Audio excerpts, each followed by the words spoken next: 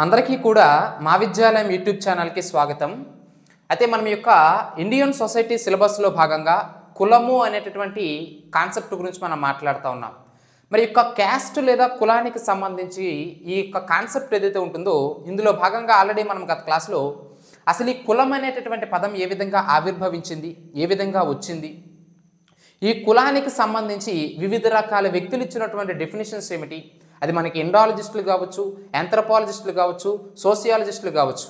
మరి అటువంటి ఇండాలజిస్టులు, ఆంథ్రోపాలజిస్టులు, సోషియాలజిస్టులు ఎవరైతే ఉంటారో ఈ సామాజికవేత్తలు, మానవ శాస్త్ర నిపుణులు, అర్థమైంది లేదండి. అదేవిధంగా భారతదేశ చరిత్ర సంస్కృతిని అధ్యయనం చేసినటువంటి ఇండాలజిస్టులు ఎవరైతే ఉంటారో వారి వారి ఆస్పెక్ట్స్ దృష్ట్యా, అంటే వారి వారి యొక్క ఆలోచనలు భావాల దృష్ట్యా కులం యొక్క దృక్కోణాలు ఏవైతే ఉంటాయో, పెర్స్పెక్టివ్స్ ఆఫ్ ది క్యాస్ట్ ఏదైతే ఉంటుందో వీటి గురించి మనం గత క్లాస్లో చూస్తున్నాం.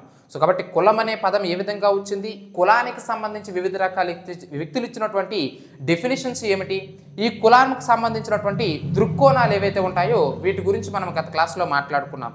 మరి ఈరోజు క్లాస్లో మనం కంటిన్యూ చేయాల్సింది ఏమిటయ్యా అంటే కుల ఆవిర్భావ సిద్ధాంతాలు అని చెప్పేసి చెప్తా ఉన్నాము. సో చాలా చాలా ఇంపార్టెంట్ అండి. సో మనకి యొక్క కులం అనేది ఏ విధంగా ఆవిర్భవించింది అనేది మనం మాట్లాడుకోవాలండి. ఇది చాలా చాలా ఇంపార్టెంట్.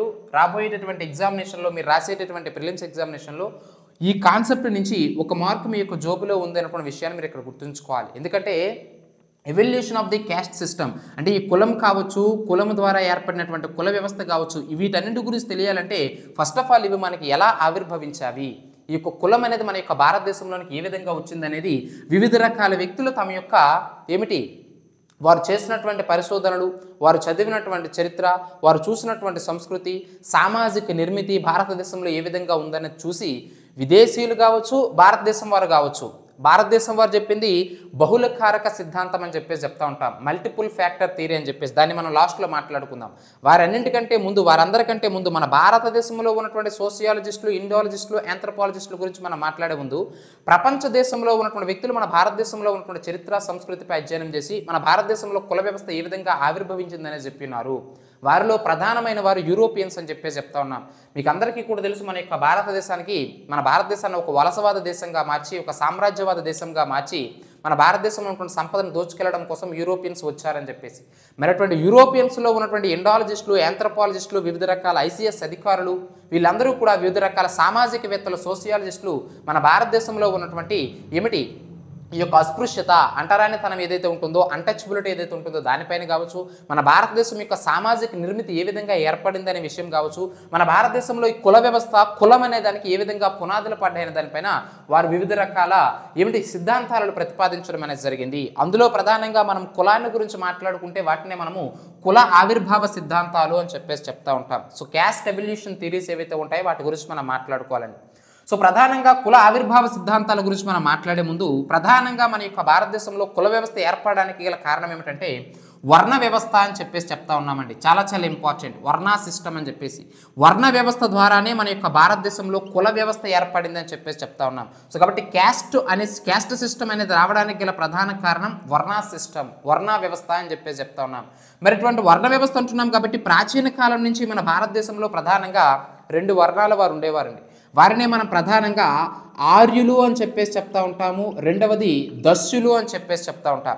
ఎవరి ఆర్యులు, ఎవరి దస్యులు, అసలు దస్యులు ఏ విధంగా దక్షిణ భారతదేశానికి వచ్చి స్థిరపడ్డారు, దక్షిణ భారతదేశంలోనే ప్రధానంగా ఎక్కువ కులస్తులు ఉండడానికి గల ప్రధాన కారణం ఏమిటి, బ్రాహ్మణుల యొక్క ప్రాబల్యం అనేది దక్షిణ భారతదేశంలోనే ఎక్కువగా ఉండడానికి గల కారణం ఏమిటి, ఇవన్నీ కూడా ఇదే క్లాస్లో జాతి సిద్ధాంతము అని చెప్పేసి చెప్తా ఉంటాం. సో మనకి ప్రధానంగా హెర్బర్ట్ రిస్లే అనేటువంటి వ్యక్తి తాను రచించినటువంటి పీపుల్స్ ఆఫ్ ఇండియా అనేటువంటి గ్రంథంలో జాతి సిద్ధాంతం గురించి మనకి అందులో పొందుపరచడం అనేది జరిగింది. అర్థమైంది లేదండి. సో అక్కడ చెప్పేటప్పుడు ఈ ఆర్యులు కావచ్చు, ఈ దస్యులకు సంబంధించినటువంటి స్టోరీ ఇదే క్లాస్లో మనం మాట్లాడుకుంటాం. సో కొంతసేపు దీన్ని పక్కన పెట్టండి. ఇక్కడ ఇంట్రడక్షన్లో మీరు గుర్తుంచుకోవాల్సింది ఏంటంటే ప్రాచీన కాలంలో మన భారతదేశంలో వర్ణ వ్యవస్థలో భాగంగా ప్రధానంగా ఈ 2 వర్ణాల వారు ఉండేవారు. వారు ఒకటి ఆర్యులు, రెండవది దస్యులు అంటున్నాం. అయితే ఈ ఆర్యుల నుంచే మరలా 4 వర్ణాలు ఏర్పడ్డాయండి. అవే ఏమిటంటే ఒకటవది బ్రాహ్మణ వర్ణము అని చెప్పేసి, రెండవది క్షత్రియ వర్ణం అని చెప్పేసి, మూడవది వైశ్య వర్ణం అని చెప్పేసి, నాలుగవది శూద్ర వర్ణం అని చెప్పేసి. సో బ్రాహ్మణులు, క్షత్రియులు, వైశ్యులు, శూద్రులు ఇలా 4 వర్ణాలు అనేవి ఆర్యవర్ణం అనేటటువంటి ఒక వర్ణం నుంచి మరలా 4 వర్ణాలుగా వీరు విడిపోయారని చెప్పేసి చెప్తా ఉన్నాం. సో ఏది ఏమైనప్పటికీ కూడా ఈ ఆర్యులు కావచ్చు, ఈ దస్యులు కావచ్చు, వీరిలో జరిగినటువంటి వర్ణ సాంకర్యం ఏదైతే ఉంటుందో ఈ వర్ణ సాంకర్యం వలన ప్రస్తుతం మన భారతదేశంలో 6,000 కులాలు, 25,000 ఉపకులాలు. సో చూడండి, 6,000 క్యాస్ట్స్, 25,000 సబ్ క్యాస్ట్లు అనేవి మన భారతదేశంలో ప్రస్తుత గణాంకాల ప్రకారం వస్తున్నాయి. అంటే దానికి గల కారణం ఈ ఆర్యులు మరియు దస్సులే ఒకరితో ఒకరు వర్ణ సాంకర్యం జరిగి ఇన్ని కులాలు, ఇన్ని ఉపకులాలు అనేవి ఏర్పడ్డాయనే విషయాన్ని మీరు ఇక్కడ గుర్తుంచుకోవాలి. సో ఏది ఏమైనప్పటికీ ప్రధానంగా ఈ వర్ణ వ్యవస్థ అనేది ఏ మతంలో కనిపిస్తుందంటే మన యొక్క భారతదేశంలో ఉన్నటువంటి హిందూ మతం. సో భారతదేశంలో ఉన్నటువంటి జనాభాను మనం 100% అనుకుంటే అందులో సింహభాగం సుమారు 80% పైగా జనాభా ఎవరైతే ఉంటారో వాళ్ళు హిందువులే. సో అటువంటి హిందూ సిస్టంలో ఉన్నటువంటి హిందూ కల్చర్ సిస్టంలో ఉన్నటువంటి వర్ణ వ్యవస్థ ఏదైతే ఉంటుందో అందులో భాగంగా ఆ వర్ణ వ్యవస్థలో భాగంగానే 4 చాతుర్వర్ణాలు అని చెప్పేసి చెప్తా ఉంటాం. వారినే బ్రాహ్మణ, క్షత్రియ, వైశ్య, శూద్రాస్ అని చెప్పేసి చెప్తా ఉంటాము.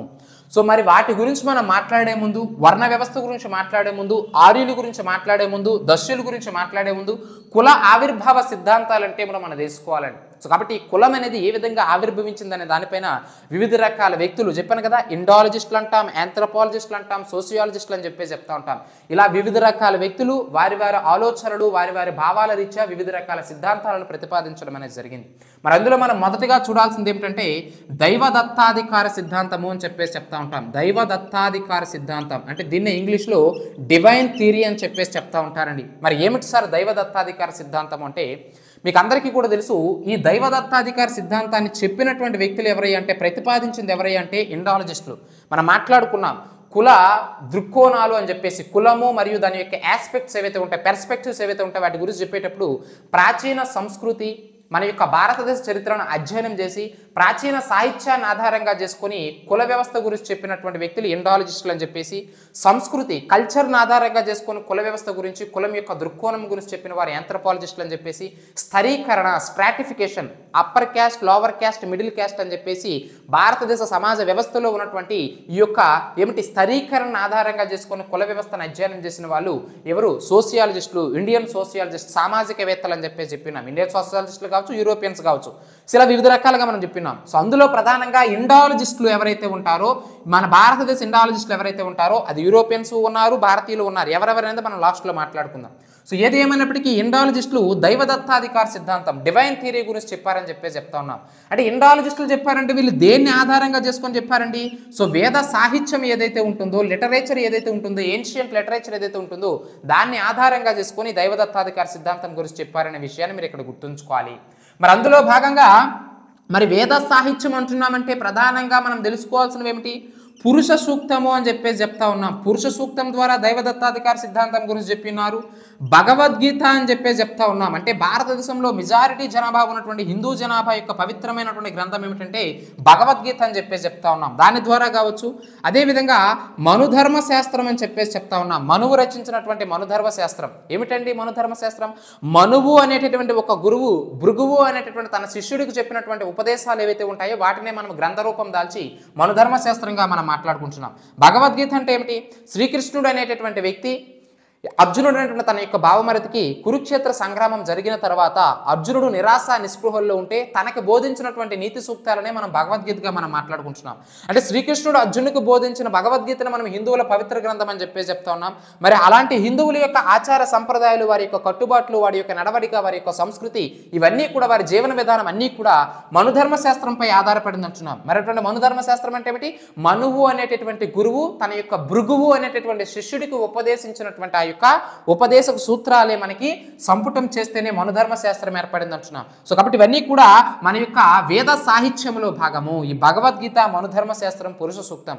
అది ఎందుకు చెప్పారు సార్ అంటే ఇండాలజిస్టులు వీటిని ఆధారంగా చేసుకుని దైవదత్తాధికార సిద్ధాంతం, డివైన్ థియరీ గురించి చెప్పారని చెప్పేసి చెప్తా ఉన్నాం. ఎలా చెప్పారు సార్? ఫర్ ఎగ్జాంపుల్ పురుష సూక్తాన్ని అబ్జర్వ్ చేయండి. అహం బ్రహ్మస్మి అని చెప్పేసి ఉంటుందండి. అహం బ్రహ్మస్మి అంటే దాని అర్థం ఏమిటి? ఈ యొక్క మానవ సృష్టి ఏదైతే ఉంటుందో ఇదంతా కూడా బ్రహ్మ నుంచి సృష్టించబడింది. జరిగింది. అహం బ్రహ్మస్మి అంటే దాని అర్థం అది. మానవుని యొక్క సృష్టి అనేది బ్రహ్మ ద్వారా జరిగింది. ఎలా జరిగింది? బ్రహ్మ యొక్క ముఖము లేదా నోరు ఏదైతే ఉంటుందో ఆ బ్రహ్మ యొక్క ముఖం లేదా నోటి నుంచి బ్రాహ్మణులు ఉద్భవించారని చెప్పేసి, బ్రహ్మ యొక్క భుజాల నుంచి క్షత్రియులు ఉద్భవించారని చెప్పేసి.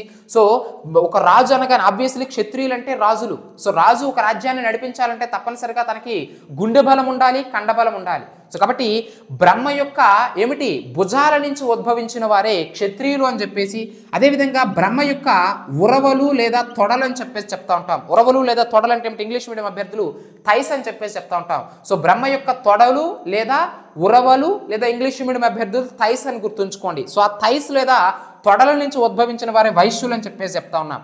అదేవిధంగా బ్రహ్మ యొక్క పాదాల నుంచి ఉద్భవించిన వారే శూద్రులు అని చెప్పేసి చెప్తా ఉన్నాం.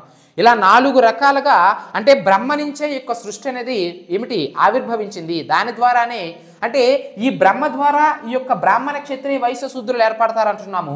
మరి వీటినే మనము ఆర్యుల కాలంలో ఉన్నటువంటి ఆర్యుల ద్వారా ఏర్పడినటువంటి 4 వర్ణాలు అంటున్నాము.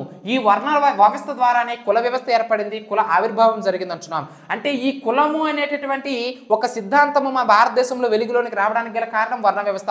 మరి అటువంటి వర్ణ వ్యవస్థలో ఉన్నటువంటి బ్రాహ్మణ క్షత్రియ వైశ్య శూద్రులు అనేవారు బ్రహ్మ ద్వారా ఉద్భవించబడ్డారు. ముఖం నుంచి ఒకరు, భుజాల నుంచి ఒకరు, తొడల నుంచి ఒకరు, పాదాల నుంచి ఒకరు. అంటే ఈ కుల వ్యవస్థకు గల ప్రధాన కారణము పురుష సూక్తంలో పొందుపరిచినటువంటి అహం బ్రహ్మస్మి. అంటే మన యొక్క ఏన్షియంట్ లిటరేచర్ ప్రకారము ఒక దైవము అంటే ఎవరు? బ్రహ్మ యొక్క ఆవిర్భావం చే బ్రహ్మ యొక్క ఏమిటి బ్రహ్మ సృష్టించినటువంటి సృష్టి ద్వారా ఈ కుల వ్యవస్థ ఏర్పడింది, వర్ణ సిస్టమ్ ద్వారా ఏర్పడింది అని చెప్పేసి పురుష సూక్తం ద్వారా మనకి తెలుస్తా ఉంది. అర్థమైందా లేదండి? జాగ్రత్తగా అబ్జర్వ్ చేయాలి. నెక్స్ట్ భగవద్గీత అని చెప్పేసి చెప్తా ఉన్నాం. ఇందులో ఏమిటి? మయా భాగ గుణకర్మ విభాగసహ అని చెప్పేసి ఒక వాక్యం ఉంటుందండి. ఏమిటి?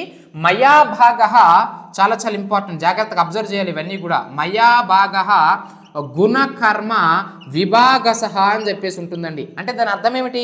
శ్రీకృష్ణుడు ఏం చెప్పాడు? భగవద్గీత అంటే శ్రీకృష్ణుడు గుర్తుంచుకోవాలి. సో శ్రీకృష్ణుడు ఏమన్నాడు? వారు చేసేటటువంటి గుణాలు అంటే ప్రతి వ్యక్తికి కూడా ఏదో ఒక గుణం ఉంటుంది. అది మంచి గుణమో, చెడ్డ గుణమో, సత్యగుణమో, రజస్సు గుణమో, తమస్సు గుణమో ఏదో ఒక గుణం ఉంటుంది. సో వారి గుణాన్ని ఆధారంగా చేసుకొని, వారి కర్మలను ఆధారంగా చేసుకొని మనం చేసేటటువంటి పనులు ఏవైతే ఉంటాయి, సత్కార్యాలు, మంచి పనులు ఉంటాయి, చెడ్డ పనులు ఉంటాయి. సో మనం చేసే కర్మలు, మనం చేసే పనులు మన యొక్క గుణాన్ని ఆధారంగా చేసుకొని నేను ఈ యొక్క వర్ణ వ్యవస్థను ఏర్పాటు చేశానని చెప్పేసి శ్రీకృష్ణుడే ఈ యొక్క వాక్యం ద్వారా మనకు చెప్పాడని చెప్పేసి చెప్తా ఉన్నాం.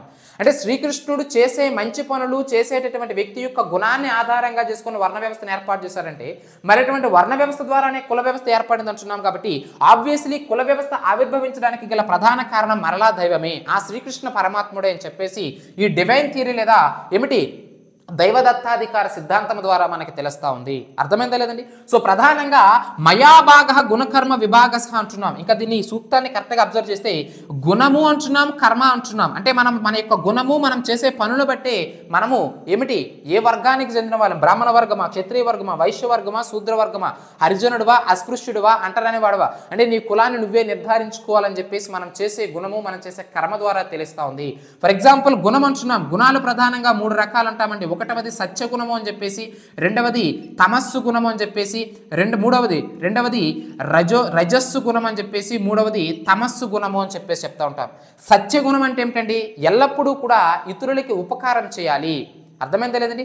ఎప్పుడు కూడా ఇతరులకు మంచి చేయాలి కానీ కీడు చేయాలని చెప్పేసి ఆలోచన, కలలో కూడా ఆలోచన రానటువంటి వ్యక్తులను మనము అంటే ఎప్పుడూ పరోపకారం అంటే ఇతరులకు ఉపకారం చేయడమే తమ యొక్క జీవిత లక్ష్యంగా మలుచుకున్న వారిని సత్యగుణం కలిగినటువంటి వ్యక్తులు అని చెప్పేసి చెప్తా ఉంటాం.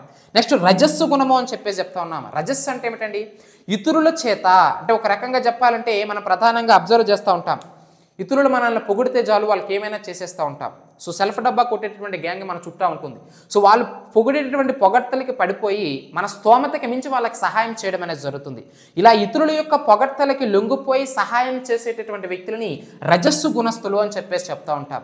నెక్స్ట్ తమస్సు గుణము అని చెప్పేసి చెప్తా ఉన్నాం. తమస్సు అంటే ఏమిటండి? సోమరులు. సో ఇప్పుడు కూడా బద్ధకస్తులుగా ఉంటూ తమ జీవితంలో ఏ యొక్క లక్ష్యాలు పెట్టుకోకుండా ఏదో జీవితం వెళ్తే అటువైపు సాగిపోయేటువంటి వ్యక్తులను సోమరిపోతులు అని చెప్పేసి చెప్తా ఉంటాం. వాళ్ళు ఏ వర్గానికి చెందిన వారంటే తమస్సు గుణస్తులు అని చెప్పేసి చెప్తా ఉన్నాం. సో ఇలా 3 రకాలుగా సత్యగుణం, రజస్సు గుణం, తమస్సు గుణం అంటున్నాం. అందులో ప్రధానంగా సత్యగుణం అనగానే బ్రాహ్మణులు అని చెప్పేసి చెప్పాలి.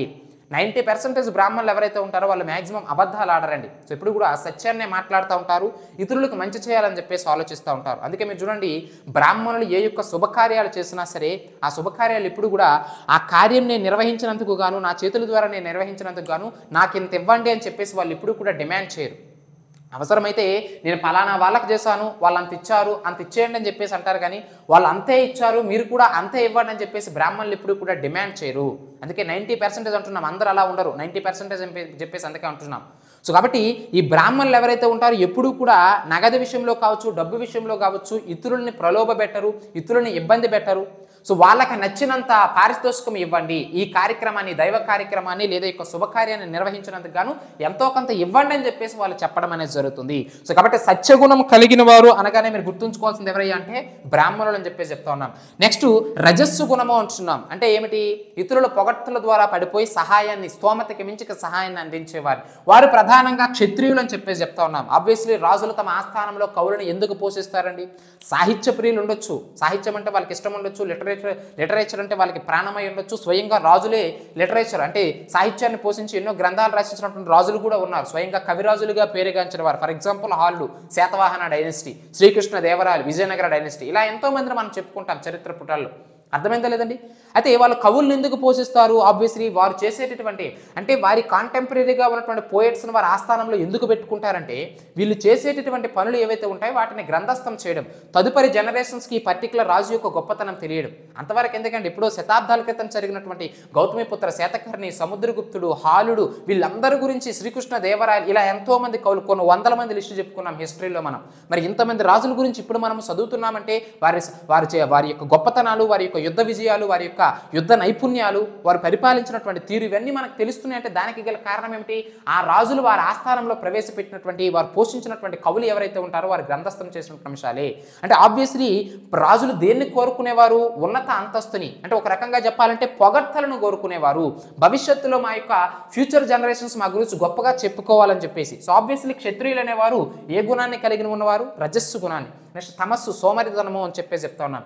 అయితే ఇక్కడ వైశ్యులు అంటున్నాం. వైశ్యులు అనేటప్పుడు రజస్సు, తమస్సు రెండు గుణాలు కలిగిన వారిని వైశ్యులు అని చెప్పేసి చెప్తా ఉన్నాం. శూద్రులు అనేవారు కేవలం తమస్సు గుణాన్ని కలిగిన వారే, అంటే సోమరిపోతుతనాన్ని ప్రధానంగా ప్రదర్శించే వారే శూద్రులు అని చెప్పేసి చెప్తా ఉన్నాం. సో కాబట్టి గుణాలు అనేవి మయాభాగ గుణకర్మ విభాగ సహా, మన యొక్క గుణము, మనం చేసేటటువంటి కర్మకాండాలను బట్టే మనము ఏ వర్గానికి చెందిన వారు అనేది తెలుస్తా ఉంది. అందులో భాగంగా సత్యగుణం కలిగిన వారు బ్రాహ్మణులని, రజస్సు గుణం కలిగిన వారు క్షత్రియులని, రజస్సు తమస్సు గుణం కలిగిన వారు వైశ్యులని, తమస్సు గుణం కలిగిన వారు శూద్రులు అని చెప్పేసి చెప్పడం జరిగింది. అర్థమైందా లేదండి? అదేవిధంగా గుణ కర్మ విభాగ సహా ఉంటున్నాం. కర్మ అంటే ఏమిటండి? మనం చేసే పనులను బట్టే మనం ఏ వర్గానికి చెందిన వారని చెప్పేసి.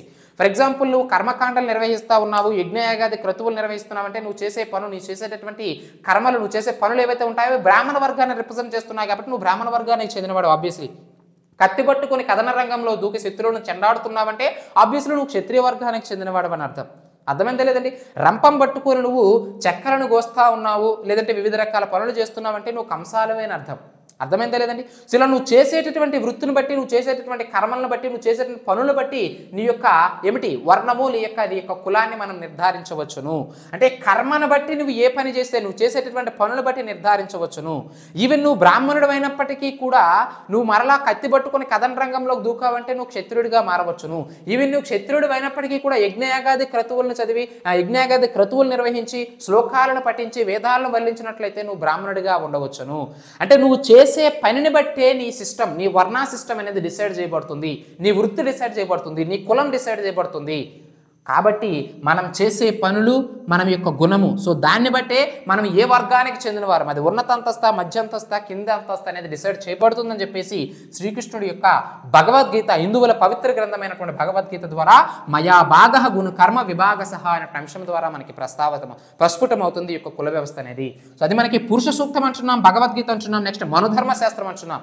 సో మనువు తన యొక్క శిష్యుడు భృగువుకు చెప్పినటువంటి సందేశాలే మనుధర్మ శాస్త్రం అంటున్నాం. మరి ఇటువంటి మనుధర్మ శాస్త్రం ఏదైతే ఉంటుందో ఇందులో ప్రధానంగా చాతుర్వర్ణ వ్యవస్థ ఏదైతే ఉంటుందో చాతుర్వర్ణ వ్యవస్థను చాలా గట్టిగా బలపరచడం అనేది జరిగిందండి.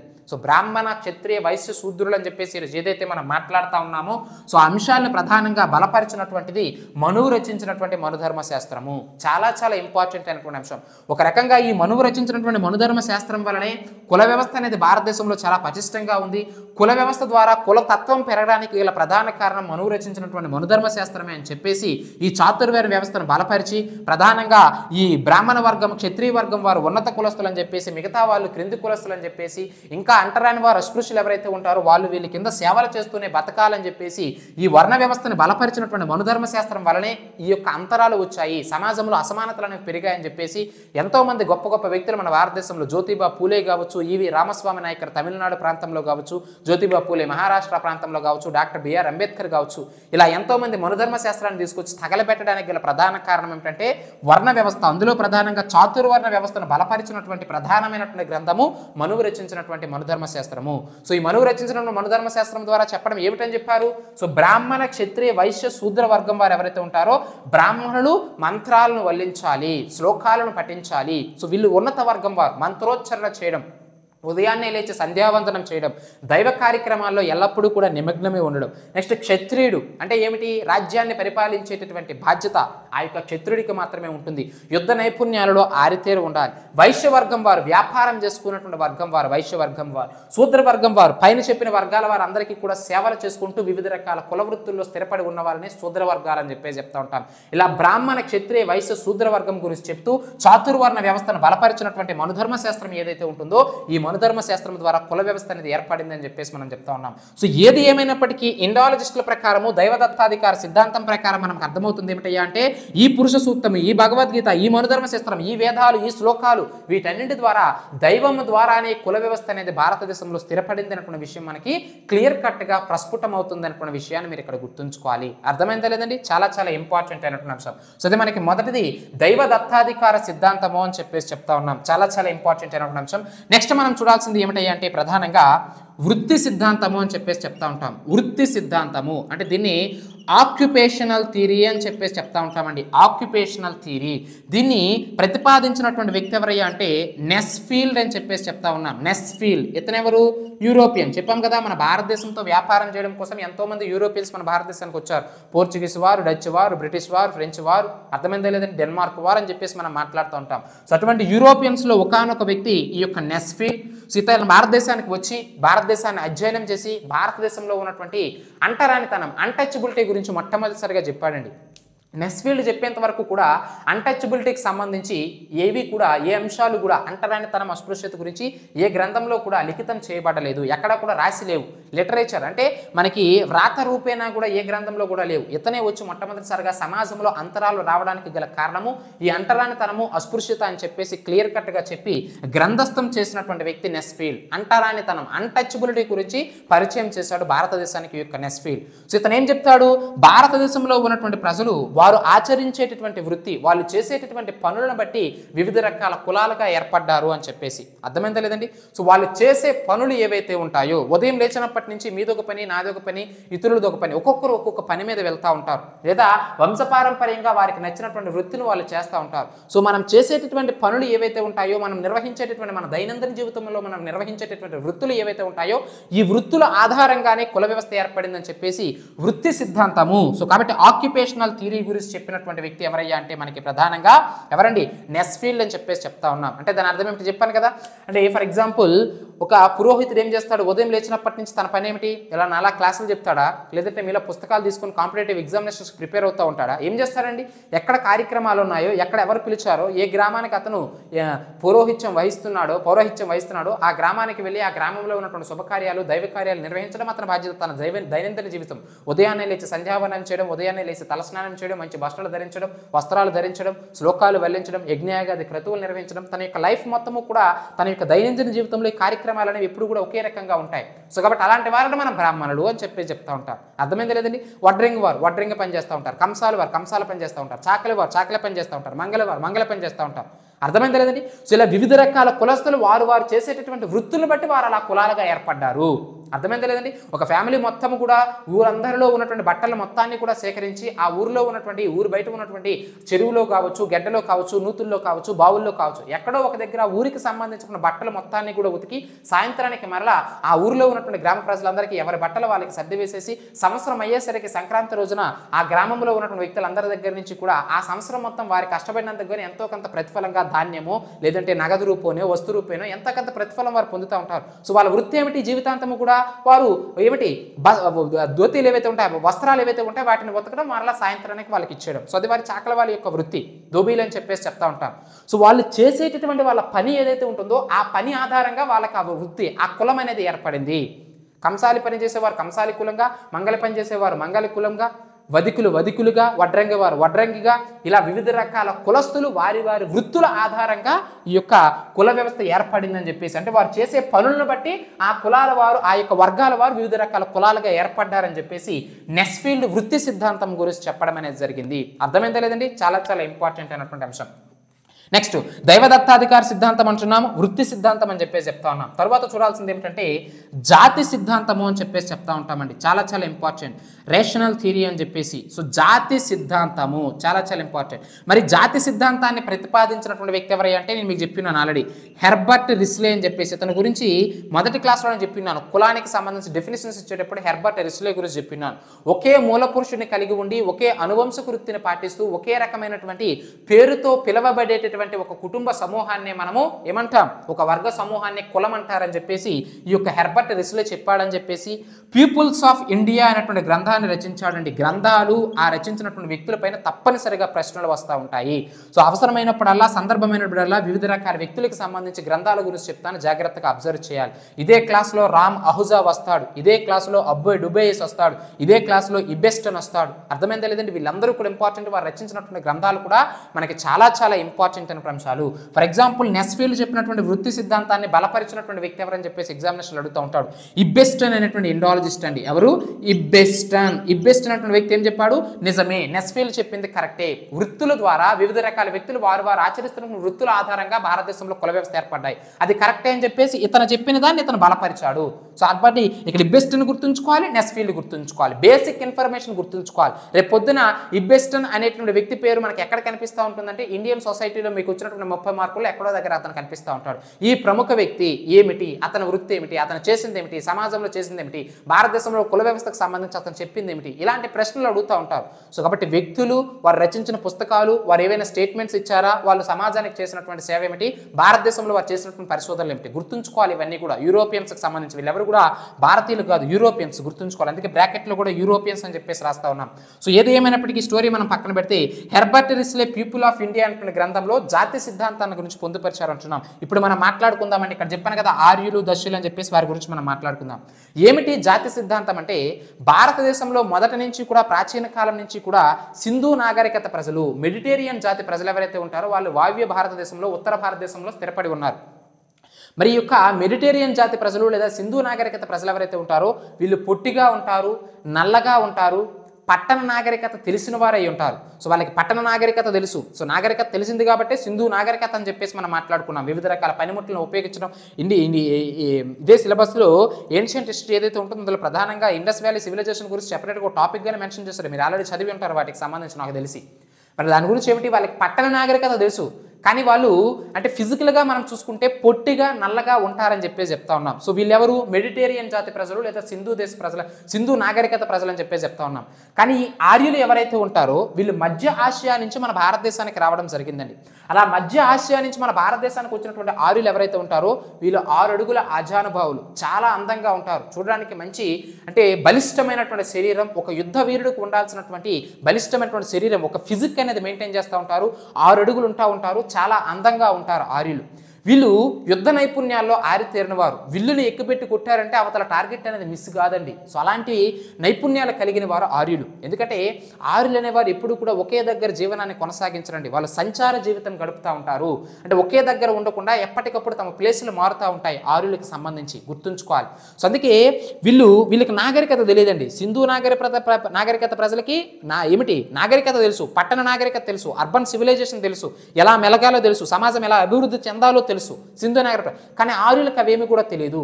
కానీ వీళ్ళు యుద్ధ నైపుణ్యాలు ఆరితేరి ఉంటారు. ఎందుకంటే వీళ్ళు వివిధ రకాల ప్రదేశాలు మారుతూ ఉంటారు, కొండలు తిరుగుతూ ఉంటారు, గుట్టలు తిరుగుతూ ఉంటారు, రాళ్ళు రప్పలు అన్ని దాటుతూ ఉంటారు. కాబట్టి ఎదురయ్యే సమస్యలను ఎదుర్కోవడం కోసం ముందుగానే సంసిద్ధంగా ఉంటారు ఆర్యులు అనేవారు.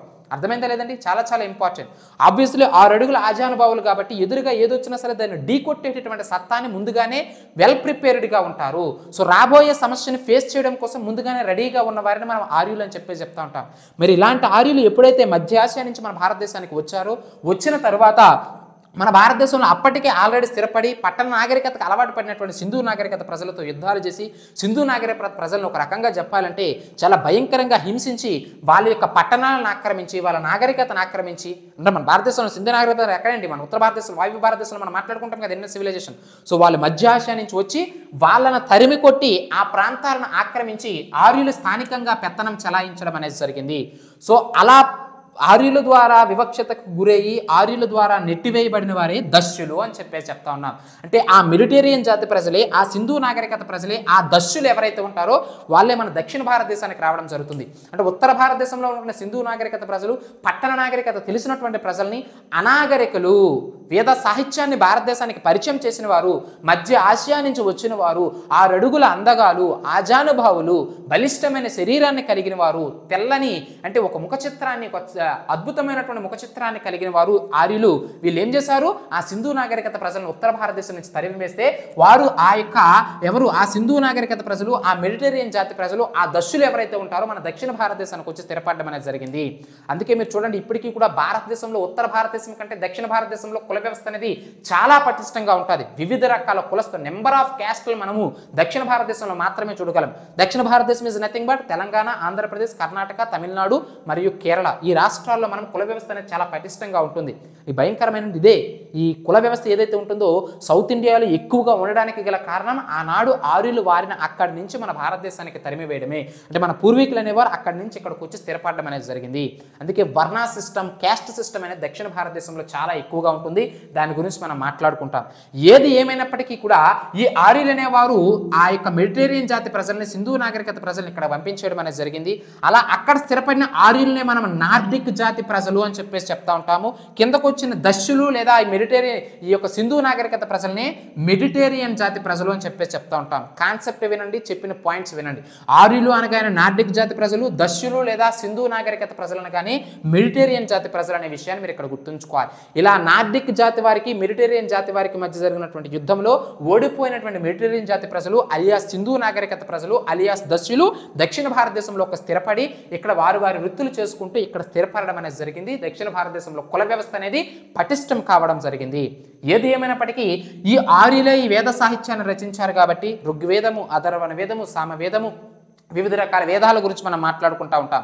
మరిటువంటి వేదాలను వల్లించినటువంటి ఆర్యులు ఎవరైతే ఉంటారో ఆబ్వియస్లీ వాళ్ళే రచించారు కాబట్టి అందులో ప్రధానంగా ఆర్యులు వారిని వారు ఎక్కువగా చేసి చెప్పుకోవడం అనేది జరిగింది. సో ప్రధానంగా బ్రాహ్మణ వర్గం ఏదైతే ఉంటుందో వీళ్ళు ఉన్నత వర్గానికి, ఉచ్చ స్థితిలో ఉండడం అనేది జరుగుతుంది అని చెప్పేసి బ్రాహ్మణులు కావచ్చు, క్షత్రియులు కావచ్చు, వీళ్ళందరినీ కూడా సమాజంలో కాదు ఈ పౌర సాహిత్యం ఏదైతే ఉంటుందో, ఈ ఆర్యులు రచించినటువంటి వేద సాహిత్యం ఏదైతే ఉంటుందో ఆ వేద సాహిత్యం మొత్తంలో కూడా ఏన్షియంట్ లిటరేచర్ మొత్తంలో కూడా మనకి ప్రధానంగా వీరిని అంటే ఆర్యులని చాలా గొప్పగా చెప్పడం అనేది జరిగింది. ఆర్యులు తిరిగిలేని వారు, వారు అందమైన వారు, ఆజానుబాహులు, యుద్ధ నైపుణ్యాల్లో ఆరితేరిన వారు, వారికి తిరిగే లేదని చెప్పేసి వాళ్ళ గురించి చాలా గొప్పగా చెప్తే, మెడిటేరియన్ జాతి ప్రజల గురించి అంటరాని వారు, ఈ అస్పృశ్యులు, అనాగరికలు ఎవరైతే ఉంటారో వీరి గురించి ప్రస్తావన లేదు వేద సాహిత్యంలో. సో కాబట్టి ఆర్యులను చాలా ఎత్తుకెత్తేశారు. మెడిటేరియన్ జాతి ప్రజల గురించి అట్లీస్ట్ అందులో మెన్షన్ కూడా చేయలేదు.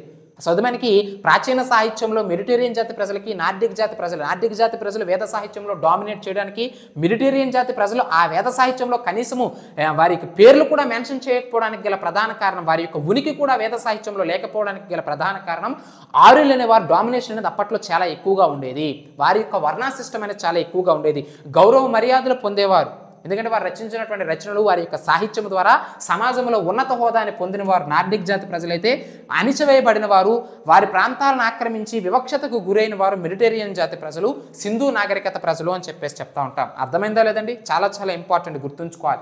సో ఈ విధంగా జాతుల ద్వారా, అంటే వారు వివిధ రకాల జాతుల ద్వారా మన యొక్క భారతదేశంలో కుల వ్యవస్థ ఏర్పడింది. అంటే అలా వారి ద్వారా, ఆర్యుల ద్వారా నెట్టివేయబడినటువంటి ఈ దస్యులు, మెడిటేరియన్ జాతి ప్రజలే దక్షిణ భారతదేశానికి వచ్చి వివిధ రకాల వృత్తులు చేసుకుంటూ వివిధ రకాల కులాలుగా వారే ఏర్పడ్డారు. సో అలా ఆ జాతి సిద్ధాంతం ద్వారా ఆర్యుల ద్వారా ఉత్తర భారతదేశంలో కులాలు ఏర్పడితే, ఈ దస్యుల ద్వారా దక్షిణ భారతదేశంలో వివిధ రకాల కులాలు ఏర్పడ్డాయి అని చెప్పేసి జాతి సిద్ధాంతం ద్వారా ద పీపుల్స్ ఆఫ్ ఇండియా అనే గ్రంథంలో మన యొక్క హెర్బర్ట్ రిస్లే యొక్క సిద్ధాంతాన్ని ప్రతిపాదించడం అనేది జరిగింది. అర్థమైందా లేదండి? సో దీన్ని మనం ఏమంటాము? జాతి సిద్ధాంతము అని చెప్పేసి చెప్తా ఉంటాం. చాలా చాలా ఇంపార్టెంట్ అయినటువంటి అంశం. సో కాబట్టి దైవదత్తాధికార సిద్ధాంతం, డివైన్ థియరీ గురించి మాట్లాడుకున్నాం, వృత్తి సిద్ధాంతం, ఆక్యుపేషనల్ థియరీ గురించి మాట్లాడుకున్నాం, జాతి సిద్ధాంతం గురించి మనం మాట్లాడుకున్నాం. తదుపరిగా మనం చూడాల్సింది ఏమిటంటే వృత్తి మరియు జాతి సిద్ధాంతం అండి. వృత్తి మరియు జాతి సిద్ధాంతము. నేను ఏదేదో ఎక్కడెక్కడో రాస్తా ఉన్నాను, కానీ మీరు ఒక ఆర్డర్ వైజ్ రాసుకోండి. దైవదత్తాధికార సిద్ధాంతం, ఈ స్టోరీ అంతా, ఈ సోదంతా రాయకండి, పేరాలు. ఎందుకంటే చాలా మంది అభ్యర్థులను గమనిస్తున్నటువంటి అంశం ఏమిటంటే పాయింట్స్ ఏవైతే ఉంటాయో ఒక చాప్టర్ గురించి మనం చదివాము అంటే కుల ఆవిర్భావ సిద్ధాంతాన్ని క్లాస్ వినేటప్పుడు వినాలండి. ఎందుకంటే ఎగ్జామినేషన్లో రీకలెక్ట్ చేసుకోవాలంటే ఇలాంటి స్టోరీలే మీకు గుర్తుంటాయి. స్టోరీలు అంటే పనికిరాని స్టోరీలు ఏవి కాదు, అవసరమైనమే మనం చెప్తాం. అవసరం ఎందుకంటే క్లాస్లో చెప్తాం, మనం చెప్పం ఆబ్వియస్లీ. సో కాబట్టి స్టోరీ వినాలి, షార్ట్ నోట్స్ రాసుకోవాలి. ఎగ్జామ్ ముందు రివిజన్ చేయాలంటే షార్ట్ నోట్స్ అనేది one of the key role పోషిస్తుందండి. మీరు పెద్ద పెద్ద గ్రంథాలు రాసి ఎగ్జామినేషన్ ముందు వాటన్నింటినీ కూడా రీకలెక్ట్ చేయాలంటే చాలా కష్టతరం అవుతుంది. కుల ఆవిర్భావ సిద్ధాంతాలు, దైవదత్తాధికార సిద్ధాంతం ఎవరు ప్రతిపాదించారు, ఒకవేళ ప్రతిపాదిస్తే ఆ వ్యక్తి యొక్క ఇంపార్టెన్స్ ఏమిటి, ఏ గ్రంథం రాశారు, బస్ అంతే. నెక్స్ట్ వృత్తి సిద్ధాంతం ఎవరు ప్రతిపాదించారు, అతను రచించిన గ్రంథం ఏమిటి, అంతే. జాతి సిద్ధాంతం Herbert Risley peoples of India ఏం చెప్పాడు, అంతే. వృత్తి జాతి సిద్ధాంతం పిఎఫ్ స్లేటర్, అంతే. భౌగోళిక సిద్ధాంతం హెర్బర్ట్, అంతే. అర్థమైందా లేదండి? అదేవిధంగా సంస్కార సిద్ధాంతం హోకార్ట్ అండ్ సెనట్ వాళ్ళు రచించినటువంటి గ్రంథాలు ఏమిటి, అంతే. రాజకీయ సిద్ధాంతం అబ్బే డుబేస్ రచించిన గ్రంథం ఏమిటి, అంతే. బహుళ కారక సిద్ధాంతం భారతదేశంలో వివిధ రకాల వ్యక్తులు ఎవరు, ఎస్ఎన్ ముఖర్జీ, ఆర్సి మెహతా, ఏమండి, ఎంఎన్ మజుందార్, ఆర్సి మజుందార్, అదేవిధంగా రామ్ అహుజా అని చెప్పేసి చెప్తా ఉంటాం, గొప్ప గొప్ప వ్యక్తులు. సో వారి గురించి, వారు రచించిన గ్రంథాల గురించి ఇలా రాసుకోవాలి. షార్ట్ కట్లో ఉండాలి నోట్స్ ఎప్పుడు కూడా, స్టోరీ అంతా కూడా ఎప్పుడు రాయొద్దండి. సో కాబట్టి తదుపరిగా మనం చూడాల్సింది ఏమిటి, వృత్తి జాతి సిద్ధాంతము అని చెప్పేసి చెప్తా ఉన్నాము. మరి ఏమిటి వృత్తి జాతి సిద్ధాంతం అంటే దీని గురించి చెప్పినటువంటి ప్రతిపాదించిన వ్యక్తి ఎవరి అంటే పిఎఫ్ స్లేటర్ అని చెప్పేసి చెప్తా ఉన్నాం. పిఎఫ్ స్లేటర్ ఇతను ఏమంటాడంటే భారతదేశంలో వివిధ రకాల జాతులు ఉన్నాయి, ఆ జాతులన్నీ కూడా వివిధ రకాల ప్రాంతాలలో స్థిరపడి ఆ పర్టికులర్ జాతి యొక్క జనాభా ఎక్కువయ్యి వాళ్ళు వివిధ వర్గాలుగా విడిపోయి వివిధ రకాల వృత్తులు చేసుకున్నారు. అర్థమైంది లేదా? వృత్తి జాతి సిద్ధాంతం అంటున్నాం, రెండు కంబైన్ చేసి చెప్పాడు పిఎఫ్ స్లేటర్. ఇక్కడ వృత్తి సిద్ధాంతం అంటే నెస్ఫీల్డ్ అని చెప్పేసి చెప్పినాం, యూరోపియన్. జాతి సిద్ధాంతం అంటే హెర్బర్ట్ రిస్లే అని చెప్పేసి చెప్పినాం, యూరోపియన్. కానీ ఇక్కడ పిఎఫ్ స్లేటర్ అంటే ఇతను కూడా యూరోపియన్. ఇతను చెప్పింది ఏమిటి, రెండింటిని కంబైన్ చేసి చెప్పాడు. వృత్తి జాతి సిద్ధాంతం అంటే జాతులు అనేవి భారతదేశంలో ఎక్కువగా ఉన్నాయి, అలా ఉన్న జాతులు ఆ పర్టికులర్ జాతి యొక్క జనాభా ఎక్కువైనటువంటి జనాభా వివిధ ప్రాంతాలకు వెళ్ళి వివిధ రకాల వృత్తులు చేసుకుని స్థిరపడ్డారు. అలా ఆ వృత్తుల వారే కాస్త కులాలుగా స్థిరపడ్డారు అని చెప్పేసి వృత్తి మరియు జాతి సిద్ధాంతాన్ని గురించి చెప్పినటువంటి వ్యక్తి ఎవరయ్యా అంటే పిఎఫ్ స్లేటర్ అని చెప్పేసి చెప్తా ఉన్నాము. చాలా చాలా ఇంపార్టెంట్ అయినటువంటి అంశం. నెక్స్ట్ భౌగోళిక సిద్ధాంతం అంటున్నాం. నెక్స్ట్ ఐదవది రాసుకోండి, భౌగోళిక సిద్ధాంతము. అవి ఏమండి, ఫిజికల్ థియరీ అని చెప్పేసి చెప్తా ఉంటాం, ఫిజికల్ డైమెన్షన్స్ థియరీ అని చెప్పేసి చెప్తా ఉంటాం, భౌగోళిక సిద్ధాంతం అని చెప్పేసి చెప్తా ఉంటాం. ఎవరు చెప్పారండి? హెర్బర్ట్ అయినటువంటి వ్యక్తి భౌగోళిక సిద్ధాంతాన్ని ప్రతిపాదించడం అనేది జరిగింది. మరి భౌగోళిక సిద్ధాంతం అంటే మీకు ప్రత్యేకంగా చెప్పాల్సిన అవసరం లేదు, ఆల్రెడీ గత క్లాసులో మాట్లాడుకున్నాం. ఏమిటి, భారతదేశం భిన్నమైనటువంటి భౌగోళిక పరిస్థితులను కలిగి ఉంది. భారతదేశంలో తీర ప్రాంతాలు ఉన్నాయి, భారతదేశంలో ఏమిటి పీఠభూములు ఉన్నాయి, భారతదేశంలో మైదానాలు ఉన్నాయి, భారతదేశంలో నదులు ఉన్నాయి, భారతదేశంలో ఏమిటి ఇలా వివిధ రకాల డైమెన్షన్స్, వివిధ రకాల భౌగోళిక పరిస్థితులను కలిగి ఉన్నాయి. ఇలా ఉండడం వల్ల ఆ పర్టికులర్ ప్రాంతంలో ఉన్నటువంటి వ్యక్తులు, ఆ పర్టికులర్ భౌగోళిక ప్రాంతానికి సంబంధించిన వ్యక్తులు వారు వివిధ రకాల అంటే వారికి ప్రత్యేకమైనటువంటి ఆహార వ్యవహారాలు, వారికి ప్రత్యేకమైనటువంటి కట్టుబాట్లు, వారికి ప్రత్యేకమైనటువంటి నడవడిక, వారికి ప్రత్యేకమైనటువంటి సంస్కృతి, వారి ప్రత్యేకమైనటువంటి జీవన విధానం ఉంటుంది. అర్థమైందా లేదండి? తీర ప్రాంతాల్లో జీవించే వారి యొక్క వృత్తి, వారి యొక్క జీవన విధానం, వారి కట్టుబాట్లు, వారి ఆచార వ్యవహారాలు, వారి యొక్క లైఫ్ జర్నీ ఏదైతే ఉంటుందో ఒక రకంగా ఉంటుంది. సో వారు దాన్ని కాపాడుకునేటువంటి ప్రయత్నం చేస్తారు. కాపాడుకోవడం కోసం ఆ తీర ప్రాంతాల్లో ఉన్న వాళ్ళందరూ కూడా ఒక కులంగా ఏర్పడతా ఉంటారు. జాలరివారు అని చెప్పేసి చెప్తా ఉంటాం. జాలరివారు ఎవరండి? సముద్రంలో చేపల వేటకి వెళ్ళి తమ యొక్క పొట్టకూటి నింపుకునేవారు. వాళ్ళందరూ కూడా ఒకే కమ్యూనిటీగా ఉంటారు, మీరు అబ్జర్వ్ చేయండి. సో తీర ప్రాంతాన్ని కలిగిన వారు, అంటే ఇది ఒక రకమైనటువంటి భౌగోళిక డైమెన్షన్. భారతదేశంలో అటు గుజరాత్ మొదలుకొని, గుజరాత్ కావచ్చు, మహారాష్ట్ర కావచ్చు, గోవా కావచ్చు, కర్ణాటక కావచ్చు, కేరళ కావచ్చు, తమిళనాడు కావచ్చు, ఆంధ్రప్రదేశ్ కావచ్చు, ఒడిస్సా కావచ్చు, వెస్ట్ బెంగాల్ కావచ్చు, ఇవన్నీ కూడా తీర ప్రాంతాన్ని కలిగి ఉన్నటువంటి ప్రాంతాలు. వీళ్ళందరూ కూడా ఒక రకమైనటువంటి భౌగోళిక జీవనాన్ని గడుపుతూ ఉంటారు. వారి ఆచార వ్యవహారాలు, వారి తిండి, వారు తినేటటువంటి తిండి, వారు కట్టుకునేటువంటి బట్ట, వారి యొక్క భాష, వారి సంస్కృతి ఒక రకంగా ఉంటుంది. పీఠభూముల్లో ఉంటున్న ప్రాంతాలు చూడండి, వారి భాష, వారి ఆచార వ్యవహారాలు, వారి కట్టుబాట్లు ఒక రకంగా ఉంటాయి. మైదాన ప్రాంతాల్లో ఉన్నవారు చూడండి, వారి సంస్కృతి, వారి జీవన విధానం ఒక రకంగా ఉంటుంది. అర్థమైంది లేదండి? హిమాలయ ప్రాంతాల్లో ఉన్నవారు జీవన విధానం ఒక రకంగా ఉంటుంది. ఈశాన్య ప్రాంతాలు, నార్త్ ఈస్టర్న్ స్టేట్స్ అని చెప్పి చెప్తా ఉంటాం. అరుణాచల్ ప్రదేశ్ కావచ్చు, అస్సాం కావచ్చు, మేఘాలయ కావచ్చు, మిజోరాం కావచ్చు, త్రిపుర కావచ్చు. అర్థమైంది లేదండి? ఇవన్నీ కూడా ఒక రకమైనటువంటి జీవన విధానాన్ని కలిగి ఉంటాయి. సో కాబట్టి ఇలా వివిధ రకాల భౌగోళిక పరిస్థితులు మన భారతదేశంలో ఉన్నాయి. కాబట్టి భౌగోళిక పరిస్థితులు డిఫరెంట్గా ఉన్నప్పుడు వారి ఆచార వ్యవహారాలు, వారి కట్టుబాట్లు, వారి యొక్క జీవన విధానం డిఫరెంట్గా ఉంటుంది. ఉండేటప్పుడు ఎవరు కూడా వారి యొక్క ఉనికిని కోల్పోకుండా, వారి జీవన విధానం, వారి ఆచార వ్యవహారాలు, వారి కట్టుబాట్లు కోల్పోకుండా ఉండడం కోసము వారే కుల సమూహాలుగా ఏర్పడడం అనేది జరిగింది. సో కాబట్టి హెర్బర్ట్ చెప్పినటువంటి భౌగోళిక సిద్ధాంతం ప్రకారం మనం అండర్స్టాండ్ చేసుకోవాల్సింది ఏమిటంటే, భారతదేశంలో భిన్న రకాల భౌగోళిక పరిస్థితులు ఉన్నాయి. భిన్న రకాల భౌగోళిక పరిస్థితులు ఉన్నప్పుడు ఆ పర్టికులర్ భౌగోళిక ప్రాంతానికి సంబంధించిన వ్యక్తులు భిన్న సంస్కృతి, ఆచారాలను కలిగి ఉంటారు. కాబట్టి వారి ఆచారాలు, వారి సంస్కృతిని వారు కాపాడుకోవడం కోసము కుల సమూహాలుగా ఏర్పడడం అనేది జరిగిందని చెప్పేసి మన యొక్క హెర్బర్ట్ చెప్పడం అనేది జరిగింది. సో దట్ ఈస్ మనకి భౌగోళిక సిద్ధాంతము అని చెప్పేసి చెప్తా ఉంటారు. చాలా చాలా ఇంపార్టెంట్, గుర్తుంచుకోవాలి. సో కాబట్టి దైవదత్తాధికార సిద్ధాంతం, డివైన్ థియరీ, వృత్తి సిద్ధాంతం, ఆక్యుపేషనల్ థియరీ, రీజనల్ థియరీ, జాతి సిద్ధాంతం, వృత్తి మరియు జాతి సిద్ధాంతం, భౌగోళిక సిద్ధాంతం అని మాట్లాడుకున్నాం. తదుపరిగా మనం మాట్లాడవలసింది ఏమిటండి? సంస్కార సిద్ధాంతం అని చెప్పేసి చెప్తా ఉంటాం. రాసుకోండి, సంస్కార సిద్ధాంతము. అంటే దీన్ని ఇంగ్లీష్లో రిచువల్ థియరీ అని చెప్పేసి చెప్తా ఉంటాం. RITUAL, రిచువల్ థియరీ, సంస్కార సిద్ధాంతము అని చెప్పేసి చెప్తా ఉంటాం. ప్రతిపాదించింది ఎవరండి? హోకార్ట్ అండ్ సెనార్ట్ అని చెప్పేసి చెప్తా ఉన్నాం. హోకార్ట్ మరియు సెనార్ట్ చాలా చాలా ఇంపార్టెంట్. వీరిద్దరూ కూడా సంస్కార సిద్ధాంతాన్ని ప్రతిపాదించడం అనేది జరిగింది. సంస్కార సిద్ధాంతం ఏమిటి sir? What are the rituals? Rituals అంటే ఏమీ లేదండి, సమాజంలో ఉన్నటువంటి వ్యక్తులు వారు ఆచరించేటటువంటి విధానాలు ఏవైతే ఉంటాయో, వారి కట్టుబాట్లు, వారి వ్యవహారాలు ఏవైతే ఉంటాయో వాటిని ఆధారంగా చేసుకొని సంస్కారాలు ఉంటాయి. వారు నిర్వహించేటటువంటి వారి సంస్కారాల ద్వారానే వారి కులం అనేది ఏమిటి, వారి వర్గం అనేది ఏమిటి, వారు ఉన్నత వర్గం వారా, మధ్యస్థ వర్గం వారా, లేదంటే అస్పృశ్యులు, అంటరైన వారా, దిగువ కులం వారా అని చెప్పవచ్చు అని చెప్పేసి హోకార్ట్ మరియు సెనార్ట్ అనేవారు ఈ సంస్కార సిద్ధాంతాన్ని చెప్పారు. మీకు అర్థం కాకపోవచ్చు, ఇప్పుడు అర్థమైనట్టు చెప్తాను. సంస్కార సిద్ధాంతం అంటే ఏమిటి లేదు, వ్యక్తులు అనుసరించేటటువంటి విధానం. ఫర్ ఎగ్జాంపుల్ చూడండి, బ్రాహ్మణులు ఉన్నారు. బ్రాహ్మణులు ఉదయాన్నే లేవడం, టైం టేబుల్ ఒకే రకంగా ఉంటుంది. మనలాగా బ్యాచిలర్ రూమ్స్లో పడుకుని ఉదయం 11కి లేదంటే నైట్ 2 వరకు చదివి ఉదయం 11కి 10కి లేవడం, 10కి 11కి టిఫిన్ చేయడం, ఇలాంటి కార్యక్రమాలు ఉండేవారు. వారు ఎప్పుడు కూడా ఒక డిగ్నిఫైడ్ టైం టేబుల్ మెయింటైన్ చేస్తూ ఉంటారు. వారి పిల్లలను కూడా అలానే పెంచుతారు. వాళ్ళు నెయ్యితో భోజనం చేస్తారు, పుష్కలంగా నాన్ వెజ్ని ముట్టరు, సంధ్యావందనం చేస్తారు, ఎల్లప్పుడూ పూజా కార్యక్రమాల్లో నిమగ్నం అవుతారు. వాళ్ళు ఇప్పుడు కూడా ధూపదీప నైవేద్యాల్లో ఏమిటి ఆరితేరుతో అక్కడే ఉంటారు. వాళ్ళ పిల్లలు కూడా అలానే పెరుగుతారు. వారి అట్మాస్ఫియర్ కూడా అలాగే ఉంటుంది బ్రాహ్మణ్ కమ్యూనిటీకి సంబంధించి.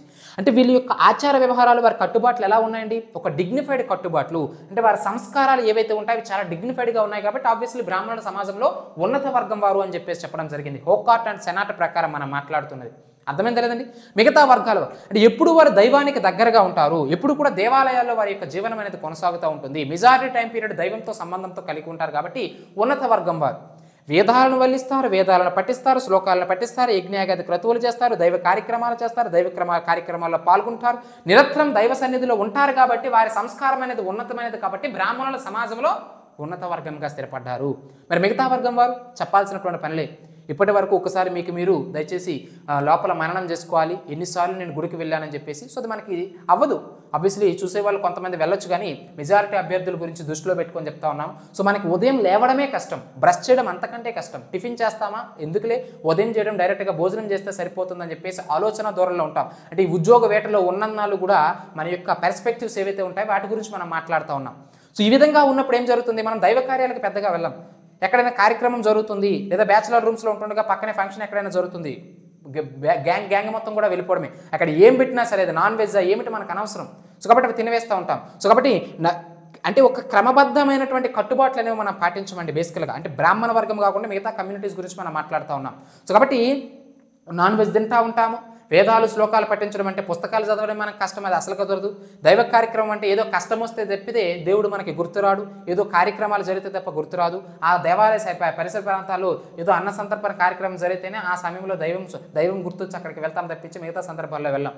కామెడీగా చెప్తా ఉన్నానండి, అర్థం అవ్వడం కోసం. సో మన వాడుక భాషలో ఒక ఫ్రెండ్ మాట్లాడితే ఎలా మాట్లాడుతుంది అలా చెప్పడం కోసం చెప్తా ఉన్నాను, కానీ ఎవరిని కించపరచడం కోసం కానీ ఆ విషయాలు ఏమి కూడా మీరు దృష్టిలో పెట్టుకోవద్దు. సో కాబట్టి మనం దైవ కార్యాలకు దూరంగా ఉంటాం, ఒక రకంగా చెప్పాలంటే మంచి పనులకు దూరంగా ఉంటాం. నాన్ వెజ్ స్వీకరిస్తాం, గ్రంథాలను పఠించడం, శ్లోకాలను పఠించడం అలాంటివి ఏమి కూడా మనకు ఉండవు.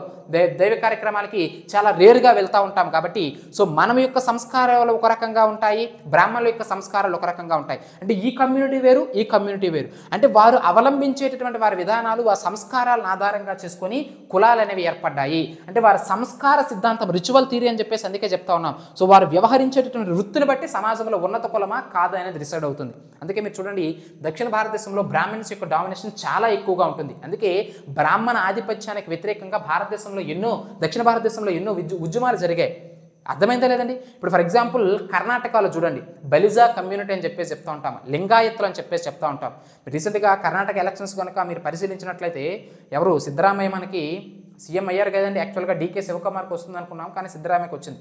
కానీ అక్కడ పరిస్థితులు మీరు అబ్జర్వ్ చేసినట్లయితే రాజకీయాలను కానీ సామాజికంగా కానీ అక్కడ సోషల్లీ, ఎకనామికల్లీ, పొలిటికల్ అన్ని రంగాలలో కూడా పెత్తనం చలాయించేది లింగాయతులు మరియు ఒక్కలిగలు అని చెప్పేసి చెప్తా ఉంటాం కర్ణాటక ప్రాంతంలో. అయితే ఒక్కలిగలు మనకు పక్కన పెడితే ఈ లింగాయతులు, బలిజులు ఎవరైతే ఉంటారో వాళ్ళు ఆబ్వియస్లీ మైనారిటీ క్యాస్ట్స్ అక్కడ.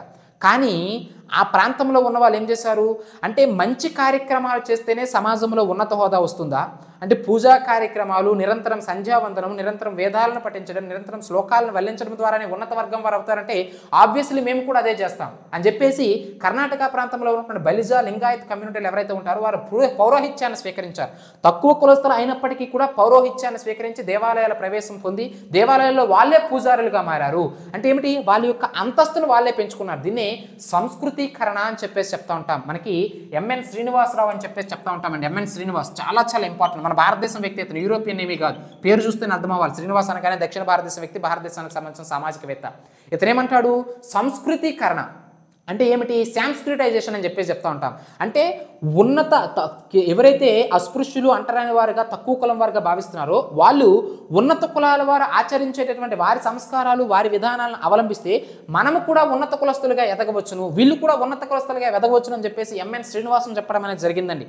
అర్థమవుతుంది లేదా? అంటే బ్రాహ్మణులే వారు చేసేటటువంటి పనుల ద్వారానే వారు ఉన్నత కులం వారు అవుతారంటే మేము కూడా ఆబ్వియస్లీ పౌరోహిత్యం చేస్తాం, మేము కూడా వేదాలను వల్లిస్తాం, మేము కూడా శ్లోకాలను పఠిస్తాం, మేము కూడా సంధ్యావందనం చేస్తాం, మేము కూడా నాన్ వెజ్ మానేస్తాం. సో ఇలాంటి కార్యక్రమాలు చేశారు. ఆబ్వియస్లీ కర్ణాటక ప్రాంతంలో అది జరిగింది కూడా. లింగాయతులు, బలిజులు ఎవరైతే ఉంటారో ఇప్పటికీ కూడా అక్కడ కర్ణాటక ప్రాంతంలో ఉన్నటువంటి హిందూ దేవాలయాల్లో పూజారులుగా ఉన్నారు. దీన్నే సంస్కృతీకరణ అని చెప్పేసి చెప్తా ఉంటాం. అంతవరకు ఎందుకండి, మన తెలంగాణ ప్రాంతంలో మహానుభావుడు చనిపోయి ఎక్కడున్నాడో తెలియదు కానీ భాగ్యరెడ్డి వర్మ అని చెప్పేసి చెప్తా ఉంటాం. ఆది హిందువులు అని చెప్పేసి చెప్పినాడండి. ఆది హిందువులు అంటే ఈ సింధు నాగరికత ప్రజలు ఉత్తర భారతదేశం నుంచి ఆర్యుల ద్వారా నెట్టివేయబడినటువంటి మన యొక్క ఈ మిలిటేరియన్ జాతి ప్రజలు ఎవరైతే ఉంటారో వీరే ఆది హిందువులు. అంటే ఏమిటి, మొదటి నుంచి హిందూ సంస్కారాలను పాటిస్తూ వచ్చినటువంటి వాళ్ళు ఈ మిలిటేరియన్ జాతి ప్రజలు అని చెప్పేసి దక్షిణ భారతదేశ ప్రజల్ని ఆది హిందువులు అని చెప్పేసి బోధించాడు. ఎవరు, మన యొక్క భాగ్యరెడ్డి వర్మ, తెలంగాణ ప్రాంతం. అర్థమైందా లేదండి? అంతవరకు ఎందుకు పక్కన పెట్టండి. మన యొక్క తమిళనాడు పక్కనే ఉన్నటువంటి కేరళ రాష్ట్రం ఏదైతే ఉంటుందో అక్కడ శ్రీ నారాయణ గురు అని చెప్పేసి చెప్తా ఉంటాం. అద్భుతమైనటువంటి సంస్కారవేత్త. అంటే సమాజంలో బ్రాహ్మణ ఆధిపత్యానికి వ్యతిరేకంగా పోరాడినటువంటి వ్యక్తులను మన భారతదేశం మొత్తం మీద చేతుల్లో లెక్క పెడితే అతను మనకి ముందంజలో ఉంటాడు. పక్కనే కేరళలో అయితే శ్రీనారాయణ గురు, ఇటువైపు అయితే ఇవి రామస్వామి నాయకర్ తమిళనాడు ప్రాంతంలో. ఏమండి, సో ఇక్కడ మనకి కావాల్సింది ఏమిటంటే ప్రధానంగా ఈ శ్రీనారాయణ గురు అనేటువంటి వ్యక్తి SNDP అంటే శ్రీ నారాయణ ధర్మ పరిపాలన గురు అనేటువంటి సంస్థను స్థాపించడం అనేది జరుగుతుంది. అతని పేరు మీదుగా, శ్రీ నారాయణ గురు పేరు మీదుగా శ్రీ నారాయణ ధర్మ పరిపాలన గురు అనేటువంటి సంస్థ. ఈ సంస్థ ఏం చెప్తుంది ప్రధానంగా, మనము అంటే ఎవరైతే తక్కువ కులస్తులుగా సమాజంలో వివక్షతలకు గురవుతున్నారో వీళ్ళు బ్రాహ్మణులు ఆచరించేటటువంటి విధానాన్ని అవలంబించండి. అర్థమైంది లేదంటే ఎగ్జాంపుల్ ఏమిటంటే ఆ కేరళ ప్రాంతంలో ప్రధానంగా ఈ శ్రీ నారాయణ ధర్మ పరిపాలన గురు సంస్థలో ఉంటున్న అభ్యర్థులు అంటున్నారు, అందులో ఉన్నటువంటి ప్రజలు ఎవరైతే ఉంటారో, కమ్యూనిటీ ప్రజలు ఎవరైతే ఉంటారో యాక్చువల్గా వాళ్ళు ఎజువా కమ్యూనిటీకి సంబంధించిన వారండి. ఏ కమ్యూనిటీ? ఎజువా అని చెప్పేసి చెప్తా ఉంటాం కేరళలో. వీళ్ళు ఏమిటంటే ఎజువా కమ్యూనిటీ వాళ్ళు యాక్చువల్గా గౌడ్ కమ్యూనిటీకి సంబంధించిన వారు. గౌడ్లు అంటే తెలుసు కదా, కళ్ళు గీత కార్మికులు అని చెప్పేసి చెప్తా ఉంటాం. సో ఉదయాన్నే వెళ్ళి లేదా సాయంత్రం వెళ్ళి ఆ యొక్క ఈత చెట్టు లేదా తాటి చెట్టుని దాన్ని జాగ్రత్తగా వాళ్ళ కత్తితో దాన్ని సానబెడితే ఒక కుండ పెడితే అందులోంచి కళ్ళు పడతా ఉంటాయి, వాటిని విక్రయిస్తూ ఉంటారు. అంటే మద్యాన్ని విక్రయించేటటువంటి వారిని ఎజువా కమ్యూనిటీ వాళ్ళు అంటారు కేరళ ప్రాంతంలో. మన ఆంధ్ర తెలంగాణ ప్రాంతంలో అయితే గౌడ్ కమ్యూనిటీస్ అని చెప్పేసి చెప్తా ఉంటాం, కళ్ళు గీత కార్మికులు. అయితే ఎజువా కమ్యూనిటీ వాళ్ళు అక్కడ కేరళ ప్రాంతంలో వారి ఇలా మద్యాన్ని విక్రయించడం ద్వారా సమాజంలో తక్కువ కులం వారిగా పరిగణించబడుతున్నారు. అంటే వాళ్ళ సంస్కారం ఏమిటి, వారు చేసేటటువంటి పనులు, వారి యొక్క వృత్తి ఏమిటి? ఆబ్వియస్లీ కళ్ళుగీత కార్మికులు, అంటే మద్యాన్ని విక్రయిస్తా ఉన్నాడు. ఇలాంటి కార్యక్రమాలు చేయడం ద్వారా, సమాజానికి వ్యతిరేక ధోరణి ద్వారా వ్యవహరించేటువంటి కార్యక్రమాలు చేయడం ద్వారా సమాజంలో వెనుకబడిపోయారు. సో అందుకు వీళ్ళు ఏం చేశారు, ఈ పరిషత్ ద్వారా, శ్రీ నారాయణ ధర్మ పరిషత్ గురు అనేటువంటి సంస్థ ద్వారా, అయ్యా ఇక్కడి నుంచి కూడా ఎవరు కూడా ఎజువా కమ్యూనిటీకి సంబంధించిన వారు మన కేరళ ప్రాంతంలో ఉన్న వ్యక్తులు దయచేసి మద్యాన్ని విక్రయించవద్దు, దయచేసి పౌరోహిత్యాన్ని నేర్చుకోండి, వేదాలను పఠించండి, శ్లోకాలను పఠించండి, సంధ్యావందనం చేయండి. అంటే ఇలా మనం చేసేటటువంటి పనులు మన సంస్కారాలను బట్టే మనం ఉన్నత కులస్తులుగా ఎదుగుతాం కాబట్టి ఇటువంటివన్నీ విడిచిపెట్టేసి మనం కూడా ఉన్నత వర్గంగా ఎదుగుతామని చెప్పేసి ఆ యొక్క ఎజువా కమ్యూనిటీ వాళ్ళందరూ కూడా డిసైడ్ చేసుకోవడం అనేది జరిగింది. దీన్నే సంస్కృతీకరణ. తక్కువ కులం ఉన్నవారు ఎక్కువ కులాన్ని, అంటే ఎగువ కులానికి ఎగబాకేటటువంటి ప్రయత్నం ఏదైతే ఉంటుందో దాన్ని సాంస్క్రిటైజేషన్ అని చెప్పేసి చెప్తా ఉంటాం. అర్థమైంది? అంటే శూద్ర కమ్యూనిటీ లేదా పంచములు లేదా అస్పృశ్యులు లేదా అంటరాని వారని చెప్పేసి ఎవరినైతే చెప్తున్నామో వాళ్ళు ఉన్నత వర్గం వారు ఏవైతే పనులు చేస్తారో, ఏవైతే వారి నిత్య జీవితంలో అవలంబిస్తారో అటువంటి కార్యక్రమాలను వీరు చేయడం ద్వారా వీళ్ళు కూడా అప్లిఫ్ట్ అయ్యి వారి యొక్క సంస్కారాలను నిర్వహించడం ద్వారా వాళ్ళు ఈ కమ్యూనిటీ వాళ్ళు ఉన్నత కులం వారికి వెళ్ళడం అనేది జరుగుతుంది. అర్థమైంది లేదండి అని చెప్పేసి శ్రీ నారాయణ గురు అని చెప్పేసి చెప్తా ఉంటాము. మన తెలంగాణ ప్రాంతంలో భాగ్యరెడ్డి వర్మ అని చెప్పేసి చెప్తా ఉంటాము. తమిళనాడు ప్రాంతంలో ఈవి రామస్వామి నాయకర్ అని చెప్పేసి చెప్తా ఉంటాము. జ్యోతిబా పూలే అని చెప్పేసి చెప్తా ఉంటాం. మహారాష్ట్ర ప్రాంతంలో డాక్టర్ బిఆర్ అంబేద్కర్ అని చెప్పేసి చెప్తా ఉంటాము. వీళ్ళందరూ దేనికోసం అండి? ఫర్ ఎగ్జాంపుల్ భాగ్యరెడ్డి వర్మ చూడండి, గాంధీ కాలం నుంచే, అంటే భారతదేశానికి స్వాతంత్రోద్యమం జరుగుతున్న సమయంలోనే గాంధీ చెప్పాడు ఏమిటి, కళ్ళు మానండోయ్ కళ్ళు తెరవండోయ్ అని చెప్పేసి. మహిళలు ఎంతో అద్భుతంగా, స్త్రీలు రోజంతా కష్టపడి వాళ్ళ పనేదో వాళ్ళు చేసుకుని వస్తే తన భర్త కూడా రోజంతా కష్టపడి రాత్రికి తాగి వచ్చి వాళ్ళని చాలా చిత్రహింసలు పెట్టేవారు, చాలా భయంకరంగా. తెలంగాణ ఆంధ్ర ప్రాంతంలో అయితే చాలా భయంకరంగా ఉండేది. భాగ్యరెడ్డి వర్మ స్టోరీ గురించి మనం మాట్లాడుకుందాం. సో ఎప్పుడైతే మహిళను హింసిస్తూ ఉన్నారో అప్పట్లో స్త్రీలందరూ కూడా వివిధ రకాల ఉద్యమాలు చేశారు. ఈ సారా దుకాణాలని, కళ్ళు దుకాణాలని, మందు దుకాణాలని విక్రయించడం ఆపండి అని చెప్పేసి స్త్రీలు నేరుగా అక్కడికి వెళ్ళి ఆ కుండలను బద్దలు కొట్టి ఆ కళ్ళు కుండలు, ఆ యొక్క మద్యం విక్రయించేటువంటి కుండలు, వాటన్నింటినీ కూడా ధ్వంసం చేసి వివిధ రకాల ఉద్యమాలు చేశారు. ఆ సమయంలోనే కళ్ళు మానండోయ్ కళ్ళు తెరవండోయ్, కళ్ళు అంటే ఏమిటి, తాగే కళ్ళు మానండోయ్, కళ్ళు తెరవండోయ్ అంటే జ్ఞానోదయం ఇప్పటికైనా మీకు కలగాలి. ఎందుకంటే ఈ తాగుడు, ఈ మాంసాన్ని స్వీకరించడము, గోవాదన చేయడము మీకు తెలుసు. అప్పట్లో ఈ ఏవైతే ఉంటాయి ఆవులు ఏవైతే ఉంటాయి, ఎద్దులు ఏవైతే ఉంటాయి, వాటిని నరికి ఆ మాంసాన్ని మన వాళ్ళే తినేవారు, హిందూ కమ్యూనిటీకి సంబంధించిన వాళ్ళే తినేవారు. సో కాబట్టి ఇలాంటి ధోరణికి వ్యతిరేకంగా ఉండాలి అని చెప్పేసి భాగ్యరెడ్డి వర్మ నేరుగా ప్రమాణ స్వీకారం చేస్తాడండి. అంటే ప్రమాణం చేస్తాడు, ప్లెడ్జ్ చేపిస్తాడు. మేము ఇక్కడి నుంచి కూడా మందు ముట్టము, మేము ఇక్కడి నుంచి కూడా గోవధ చేయము, మేము ఇక్కడి నుంచి కూడా మాంసాహారాలను స్వీకరించము, మేము కూడా సంస్కృతీకరణ చెంది ఉన్నత కులస్తులుగా ఎదుగుతామని చెప్పేసి ప్రధానంగా తెలంగాణ ప్రాంతంలో నాంపల్లి అని చెప్పేసి చెప్తా ఉంటారు. చాలా చాలా ఇంపార్టెంట్. ఇప్పుడంటే మాలపల్లి అంటున్నాం, అప్పట్లో నాంపల్లి అనేవారు. సో ఆ ప్రాంతంలో ఉన్నటువంటి ప్రజలందరి చేత కూడా భాగ్యరెడ్డి వర్మ వెళ్ళి నేరుగా ప్రమాణ స్వీకారం చేయించి ఇలాంటి కార్యక్రమాలకి పాల్పడకండి, మనం కూడా ఉన్నత కులస్తులుగా వెళ్దాము, సంస్కృతీకరణ చెందదాము, సాంస్క్రిటైజేషన్ చెందుదామని చెప్పేసి ఎంతో మందిని మోటివేట్ చేశాడు. అంతేకాదు ఈ సమాజంలో ఈ అంతరాలు, ఈ అసమానతలు పోవాలంటే అది విద్య ద్వారానే సాధ్యమవుతుందని చెప్పేసి తక్కువ కులంలో ఉన్న వాళ్ళందరికీ కూడా, అణగారిన వర్గాలు, అస్పృశ్యులు, అంటరాని వారు, హరిజనులు అని చెప్పేసి ఎవరైతే భావుతున్నారో, ఎవరైతే భావిస్తూ ఉన్నారో వారి పిల్లలందరికీ కూడా ఎడ్యుకేషనల్ సదుపాయాలు కల్పించడం అనేది జరిగింది. చదివే వాళ్ళకి ప్రోత్సాహం కల్పించడం, చదవాలి వాళ్ళని కూడా మోటివేట్ చేసి వాళ్ళని విద్యారంగంలోనికి నెట్టి వాళ్ళు సమాజంలో, అంటే సమాజాన్ని మార్చేటటువంటి ఏకైక ఆయుధం విద్య అని చెప్పేసి ఈ యొక్క భాగ్యరెడ్డి వర్మ ఎంతగానో కృషి చేశాడు. చరిత్ర పుటల్లో ఇలాంటి వ్యక్తుల గురించి ఎంత చెప్పుకున్నా మనం తక్కువే. ఎందుకంటే వాళ్ళు చేసినటువంటి సేవ ఏదైతే ఉంటుందో అది నేటికి కూడా మన సమాజంలో ప్రతిబింబిస్తుంది. దానికి గల కారణం ఆ వ్యక్తుల యొక్క వారి యొక్క వ్యక్తిగత జీవితం మొత్తాన్ని కూడా సమాజానికి దారపోసినటువంటి విధానం విధానం అలాంటిది. సో అలాంటి భాగ్యరెడ్డి వర్మ, అలాంటి ఈవి రామస్వామి నాయకర్, అలాంటి నారాయణ గురు, అలాంటి జ్యోతిబా పూలే, అలాంటి సావిత్రిబా పూలే, అలాంటి పండిత్ రమాబాయ్, అలాంటి కేశవ చంద్రసేన్, అలాంటి ఎంజే రానడే, అలాంటి డాక్టర్ బిఆర్ అంబేద్కర్, అలాంటి గాంధీజీ, అలాంటి బిపిన్ చంద్రపాల్, అలాంటి లాలా లజపతి రాయ్, అలాంటి లాలా హర్దయాల్, ఎంతమంది గురించి మనం మాట్లాడుకోవాలి, ఎంతమంది సామాజిక శాస్త్రవేత్తల గురించి మాట్లాడుకోవాలి, ఎంతమంది రాజా రామ్మోహన్ రాయల గురించి మనం మాట్లాడుకోవాలి, ఎంతమంది కందుకూరి వీరేశలింగం గురించి మాట్లాడుకోవాలి, ఎంతమంది టంగుటూరి ప్రకాశం పంతుల గురించి మనం మాట్లాడుకోవాలి, ఎంతమంది పుచ్చలపల్లి సుందరయ్యల గురించి మనం మాట్లాడుకోవాలి.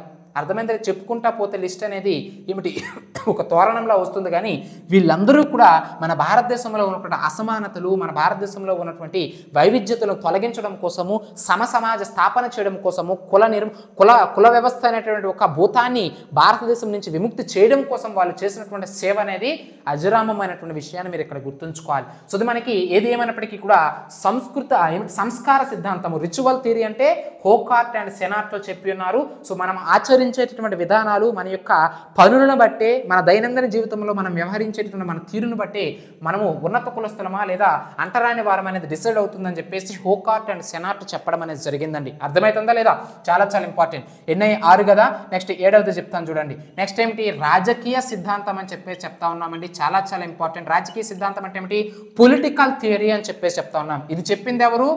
అబ్బే డుబోయిస్ అని చెప్పేసి చెప్తా ఉంటాం. అబ్బే డుబోయిస్ చాలా చాలా ఇంపార్టెంట్ అండి. ఇతను మనకి ఈ అబ్బే డుబోయిస్ అనేటువంటి వ్యక్తి ఎవరైతే ఉంటారో ఇతను ప్రధానంగా హ్యూమన్ మేనర్స్ అనేటటువంటి గ్రంథాన్ని రచించడం అనేది జరిగిందండి. హ్యూమన్ మేనర్స్ అండ్ సెరిమోనీస్ అనేటువంటి గ్రంథాన్ని రచించాడు. హ్యూమన్ మేనర్స్ అండ్ సెరిమోనీస్ అనేటువంటి గ్రంథాన్ని రచించినటువంటి వ్యక్తి ఎవరై అంటే అబ్బే డుబోయిస్. ఇతను చెప్పినటువంటి సిద్ధాంతమే రాజకీయ సిద్ధాంతం, పొలిటికల్ థియరీ అంటున్నాం. దీన్ని బ్రాహ్మణ కాల్ సిద్ధాంతము అని చెప్పేసి చెప్తా ఉంటారండి. లేదా తెలుగులో అచ్చ తెలుగులో రాసుకోవాలంటే బ్రాహ్మణ కాల సిద్ధాంతము లేదా బ్రాహ్మణ కాల్ సిద్ధాంతం అంటున్నాం. అంటే దాన్ని బట్టి మీకు అర్థం అవ్వాలి ఏమిటి? అబ్బే డుబోయిస్ చెప్పినటువంటి రాజకీయ సిద్ధాంతం pure opposite to the Brahmin community. బ్రాహ్మణులకు వ్యతిరేకంగా, వర్ణ వ్యవస్థకి వ్యతిరేకంగా అతను చెప్పినాడు. ఏమిటి? ఆర్యులకు వ్యతిరేకంగా, బ్రాహ్మణులకు వ్యతిరేకంగా. ఆర్యులు అంటున్నామంటే 4 జాతులు: బ్రాహ్మణులు, క్షత్రియులు, వైశ్యులు, శూద్రులు. ఆ ఆర్యుల్లో ఉన్నత వర్గానికి చెందిన వారు బ్రాహ్మణులు. ఎందుకంటే ఆ ఆర్య కమ్యూనిటీలోనే శూద్రులు అనేవారు అంటరానివారుగా, అస్పృశ్యులుగా, వైశ్యులు అనేవారు వ్యాపారం చేసుకునేవారుగా, క్షత్రియులు అనేవారు కేవలం రాజ్య పరిపాలనకు మాత్రమే పరిమితమైతే బ్రాహ్మణులు మాత్రం ఉన్నత వర్గాన్ని అనాది కాలం నుంచి కూడా పొంది ఉన్నారు. ఉచ్చ స్థితిలో వాళ్ళు ఉన్నారు. సో అలా ఉన్నటువంటి బ్రాహ్మణులు చదివేది వాళ్ళే, ఇతరులను చదవనిచ్చేవారు కాదు. అప్పటి పరిస్థితులు మనం మాట్లాడుకుంటే మహిళలకు ఎలానో విద్యా అవకాశాలు ఉండేవి కాదు. మహిళలు ఎప్పుడు కూడా అబలలే, ఎప్పుడు కూడా ఇంటికే పరిమితం అయ్యేటటువంటి వ్యక్తులు. కేవలం ఒక సెక్స్ టాయ్స్గా ఉపయోగించే వాళ్ళనే, ఒక దేవదాసి వృత్తిలో వివిధ రకాల పనులకు ఉపయోగించేవారు తప్పితే మహిళలు, స్త్రీ సమాజం అనేది అప్పట్లో విద్యకు నోచుకునేవారు కాదు. పురుషులకు కూడా తక్కువ కులంలో ఉన్న పురుషులు విద్యను నేర్చుకోవాలంటే వాళ్ళకి కూడా కుదిరేది కాదు, వాళ్ళని కూడా ఒప్పుకునేవారు కాదు. బెస్ట్ ఎగ్జాంపుల్ మన ఇక్కడ డాక్టర్ బిఆర్ అంబేద్కర్. మహర్ కులంలో పుట్టినటువంటి వ్యక్తి. అతను సమాజాన్ని మార్చాలి, అది విద్య ద్వారా సాధ్యమవుతుందని చెప్పేసి పాఠశాలకు వెళితే పవిత్రంగా భావించేటటువంటి ఆ పాఠశాలలోనే ఉపాధ్యాయుల చేత, అక్కడ ఉన్నటువంటి తన మిత్రుల చేత ఎన్నో వివక్షతలకు గురయ్యాడు. తమ క్యారేజీల దగ్గర ఇతను క్యారేజ్ పెట్టారని చెప్పేసి వాళ్ళ భోజనాల మొత్తాన్ని తీసుకొచ్చి డాక్టర్ బిఆర్ అంబేద్కర్ మొఖాన్ని కొట్టారు. వారి బండి ఎక్కనిచ్చేవారు కాదు, వారి పాఠశాలలో ఉన్నటువంటి కుండలో నీళ్లు తాగనిచ్చేవారు కాదు, నలుగురితో పాటు కూర్చొనిచ్చేవారు కాదు. అందరూ ఒక క్లాసులో క్లాసు వింటే డాక్టర్ బిఆర్ అంబేద్కర్ మాత్రము బయట కూర్చొని క్లాసులు వినేవాడు. కానీ అలాంటి వ్యక్తే స్వాతంత్రం రావడంలోనూ, స్వాతంత్రం వచ్చిన తర్వాత భారత రాజ్యాంగాన్ని నిర్మించడంలోనూ అతని యొక్క పాత్ర మనము ఎంత చెప్పుకున్నా తక్కువే. అర్థమైందా లేదండి? సో ఏది ఏమైనప్పటికీ ఎన్నో వివక్షతలను దాటి ముందుకొచ్చాడు డాక్టర్ బిఆర్ అంబేద్కర్. కానీ మిగతా వాళ్ళందరూ డాక్టర్ బిఆర్ అంబేద్కర్లా ముఖాన్ని ఉమ్మేసినా కూడా పట్టించుకోకుండా, ఏది ఏమైనప్పటికీ ఎప్పటికొప్పటికి నా భారతదేశం మారుతుంది, నేను మార్చుతానని చెప్పేసి ఎవరైనా ముందుకు వస్తారండి? ఈరోజు ఎవరైనా నేటి తరము, నేటి యువత, నేటి పిల్లలు ఎవరైతే ఉంటారో ఒక మాట వినట్లేదు. నోటి నుంచి బూతులు, నోటి నుంచి భయంకరమైనటువంటి పదజాలము, మొబైల్స్కి అంటిపెట్టుకోవడము, పబ్జీలు, ఫ్రీ ఫైర్లు అని చెప్పేసి నేటి సమాజంలో ఉన్న పిల్లల యొక్క పరిస్థితులు చూస్తూ ఉంటే చాలా భయంకరంగా ఉంటుంది. వాళ్ళ మాట తీరు కావచ్చు, వాళ్ళ వ్యవహార తీరు కావచ్చు. మీరున్నటువంటి ఏరియాస్లో ఎలా ఉందో తెలియదు, కానీ మా కమ్యూనిటీ గ్రామీణ ప్రాంతాల్లో ఉన్నటువంటి పిల్లలు ఎవరైతే ఉంటారో వాళ్ళ యొక్క వ్యవహార శైలి గురించి నేను చెప్తా ఉన్నాను. వీళ్ళని ఇప్పుడు కానీ మీరు తక్కువ కులస్తులు అని చెప్పినారంటే అన్నవాడు ఎవడైతే ఉన్నాడో వాడు ఎవడైనా సరే వాడు రేపటిసరికి వాడి శవం లెగస్తూ ఉంటుంది. అలాంటి భయంకర ఆబ్వియస్లీ వివక్షతకు గురి చేయడం అవతల వ్యక్తి చేసినటువంటి తప్పే, కానీ దాన్ని మార్చే విధంగా మార్చాలని చెప్పేసి వీళ్ళ తక్కువ కులంలో లేదా అంటరానితనం అస్పృశ్యులుగా భావించిన వ్యక్తులు ఆలోచించట్లేదు. ఎంతసేపు కూడా హింసాకాండలు అహింసను ప్రజ్వరేలా చేసేటటువంటి వ్యవహార ధోరణి ప్రస్తుత యువత ప్రస్తుత పిల్లల్లో అనేది ఇది ఉంది. యువత అంటే పక్కన పెట్టండి, ఉడుకు రక్తం మరుగుతూ ఉంటుంది. పిల్లల యొక్క వ్యవహార శైలి కూడా అలానే ఉండడం నిజంగా రేపటి సమాజం భవిష్యత్తు అనేది ఎటువైపు పోతుంది, ఏ దారిలో పోతుంది అనేది నిజంగా మనము ఊహాతీతంగా ఉంది పరిస్థితులు అనేవి. సో ఏది ఏమైనప్పటికీ కూడా సమాజంలో ఉన్నటువంటి వ్యక్తులు అనేవారు ఎవరైతే ఉంటారో, ఈ హరిజనులు అస్పృశ్యులు ఎవరైతే ఉంటారో వాళ్ళు ప్రధానంగా ఏమిటి ఆ అభివృద్ధి పదంలో నడవలేకపోయారు, విద్యా అవకాశాలను పొందలేకపోయారు. అర్థమైందా లేదండి?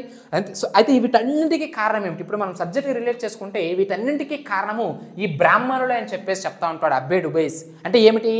ఈ మనువు రచించినటువంటి మనుధర్మ శాస్త్రం, ఈ బ్రాహ్మణులు రచించినటువంటి వేదాల్లో ఎంతసేపు కూడా ఆర్యులే గొప్పలు, ఆర్యులు గొప్పలు, ఆర్యులే గొప్పలు అని చెప్పి ఉన్నారు. కానీ మిగతా వర్గాల వారు మీకు పొంతనలేరా, మిగతా వర్గాలను మీరు పట్టించుకోరా అని చెప్పేసి ఈ అబ్బే డుబైస్ తన యొక్క గోడు ఘోషనే రాజకీయ సిద్ధాంతం పొలిటికల్ థియరీ ద్వారా చెప్పినాడు. అంటే ఏమిటి చూడండి, ఆబ్వియస్లీ అది కరెక్టేనండి. మనువు రచించిన మనుధర్మ శాస్త్రం ఏమంటుంది? బ్రాహ్మణులు మాత్రమే బ్రాహ్మణ వర్గం, అంటే బ్రాహ్మణులు మాత్రమే పౌరోహిత్యం చేయాలి, క్షత్రియులుగానే ఉండాలి, వైశ్యులు వ్యాపారం చేసుకోవాలి, శూద్రులు అనేవారు వారు వివిధ రకాల వృత్తులను చేసుకుని వాళ్ళు ఎప్పుడు కూడా కింది స్థాయిలో ఉండాలి. అంతేగాని శూద్రుడు సంస్కృతీకరణ చెందుతాము, శూద్రుడు వైశ్యులుగా మారుతాము, వైశ్యులు క్షత్రియులుగా మారుతాము, క్షత్రియులు బ్రాహ్మణులుగా మారుతాము, లేదా శూద్రులే నేరుగా బ్రాహ్మణ వర్గాన్ని పొందుతామంటే కుదరదు. సో ఎవరి వర్గాన్ని రక్షించుకోవాల్సిన బాధ్యత వారిది, అది కూడా చెప్పారు. అంటే బ్రాహ్మణ కమ్యూనిటీ వాసు కేవలము మన యొక్క వంశాన్ని, మన యొక్క ఆ యొక్క చైన్ ఏదైతే ఉంటుందో దాన్ని కంటిన్యూ చేయాల్సింది మనమే. మన కమ్యూనిటీ వాళ్ళు మాత్రమే బ్రాహ్మణ కమ్యూనిటీని ముందుకు తీసుకెళ్ళాలి. ఇతర కమ్యూనిటీ వాళ్ళు వచ్చి బ్రాహ్మణ పౌరోహిత్యం చేస్తాము, లేదంటే శ్లోకాలను పఠిస్తాము, విద్యను నేర్చుకుంటామంటే దానికి సహించేది లేదు. సో బ్రాహ్మణులు ఎప్పుడు బ్రాహ్మణులుగానే ఉండాలి, దాన్ని ముందు తరాల వారు ముందుకు తీసుకెళ్ళాలి. క్షత్రియులు ఎప్పుడు క్షత్రియులుగానే ఉండాలి, ఆ క్షత్రియ కుమారులు వారి యొక్క సంతానం దాన్ని ముందుకు తీసుకెళ్ళాలి. అంతేగాని ఇతర వర్గాల వారు ముందుకు వస్తాము, ఇతర వర్గాల వారు ఉన్నత వర్గాలు సంస్కృతీకరణ ద్వారా ఉన్నత వర్గంలోనికి వెళ్తామంటే అది ససేమేర అవ్వదని చెప్పేసి బ్రాహ్మణులు రచించినటువంటి వేదాలలో అదే రచించింది వారు కాబట్టి ఆబ్వియస్లీ వాళ్ళకి నచ్చినట్టు రాసుకున్నారు. ఆబ్వియస్లీ అదేవిధంగా మనుధర్మ శాస్త్రంలో కూడా ప్రధానంగా వర్ణ వ్యవస్థని కుల వ్యవస్థని పటిష్టం చేసింది మనుధర్మ శాస్త్రమే. కాబట్టి ఆ మనుధర్మ శాస్త్రము, ఆ బ్రాహ్మణులు రచించినటువంటి ఆ వేదాలు, ఆ యొక్క ప్రాచీన సాహిత్యం ఏదైతే ఉంటుందో వాటన్నింటిలో కూడా బ్రాహ్మణుల యొక్క ఆధిపత్యం అనేది ఎక్కువగా ఉంది. సో కాబట్టి బ్రాహ్మణులు రచించినటువంటి వారి రచనలు, వారి గ్రంథాల ద్వారానే సమాజంలో ఈ కుల వ్యవస్థకి ప్రధానం, అంటే కుల వ్యవస్థ బలపడము, కులం బలపడిందంటే దానికి గల కారణం కేవలం బ్రాహ్మణులు రచించినటువంటి వారి గ్రంథాలు మాత్రమే. ఎందుకంటే వారు రచించినటువంటి ఆ గ్రంథాలలో ఇతర కులాలను తక్కువగా చూసి వారి కులం అనేది సమాజంలో ఉచ్చ స్థితిలో ఉందని చెప్పేసి ఒక రకంగా వారి కులాన్ని వారే హెచ్చులో ఉంచుకోవడం అనేది జరిగింది, మిగతా వాళ్ళని అంటరానిగా ఉంచడం అనేది జరిగిందని చెప్పి చెప్పడం జరిగిందండి. అర్థమైందా లేదా? సో ఇది మనకి రాజకీయ సిద్ధాంతం చెప్పినటువంటి వ్యక్తి ఎవరై అంటే అబ్బే డుబోయిస్ అని చెప్పి చెప్తా ఉన్నాం. ఇతను చెప్పినటువంటి యొక్క రాజకీయ సిద్ధాంతాన్ని బలపరిచినటువంటి వ్యక్తి ఎవరై అంటే జిఎస్ గరియా అని చెప్పేసి చెప్తా ఉన్నాం. చాలా చాలా ఇంపార్టెంట్. భారతదేశంలోనే ఏమిటి ప్రధానంగా మన యొక్క సొసైటీ ఏదైతే ఉంటుందో పితామహుడు అని చెప్పేసి చెప్తా ఉంటాం. ఫాదర్ ఆఫ్ ది సొసైటీ అని చెప్పేసి మనం మాట్లాడుకున్నట్లయితే ప్రధానంగా సమాజ శాస్త్రాన్ని పితామహుడు అంటే మనం ప్రధానంగా మాట్లాడుకున్నాం, అతనికి సంబంధించి మొదట్లోనే మనం మాట్లాడుకున్నాం. అయితే భారతదేశంలో సమాజ శాస్త్రానికి పితామహుడు అని చెప్పేసి జిఎస్ గరియా అని చెప్పేసి చెప్తా ఉంటాం. గోవింద్ సదాశివ్ గరియా అని చెప్పేసి చెప్తా ఉంటాం.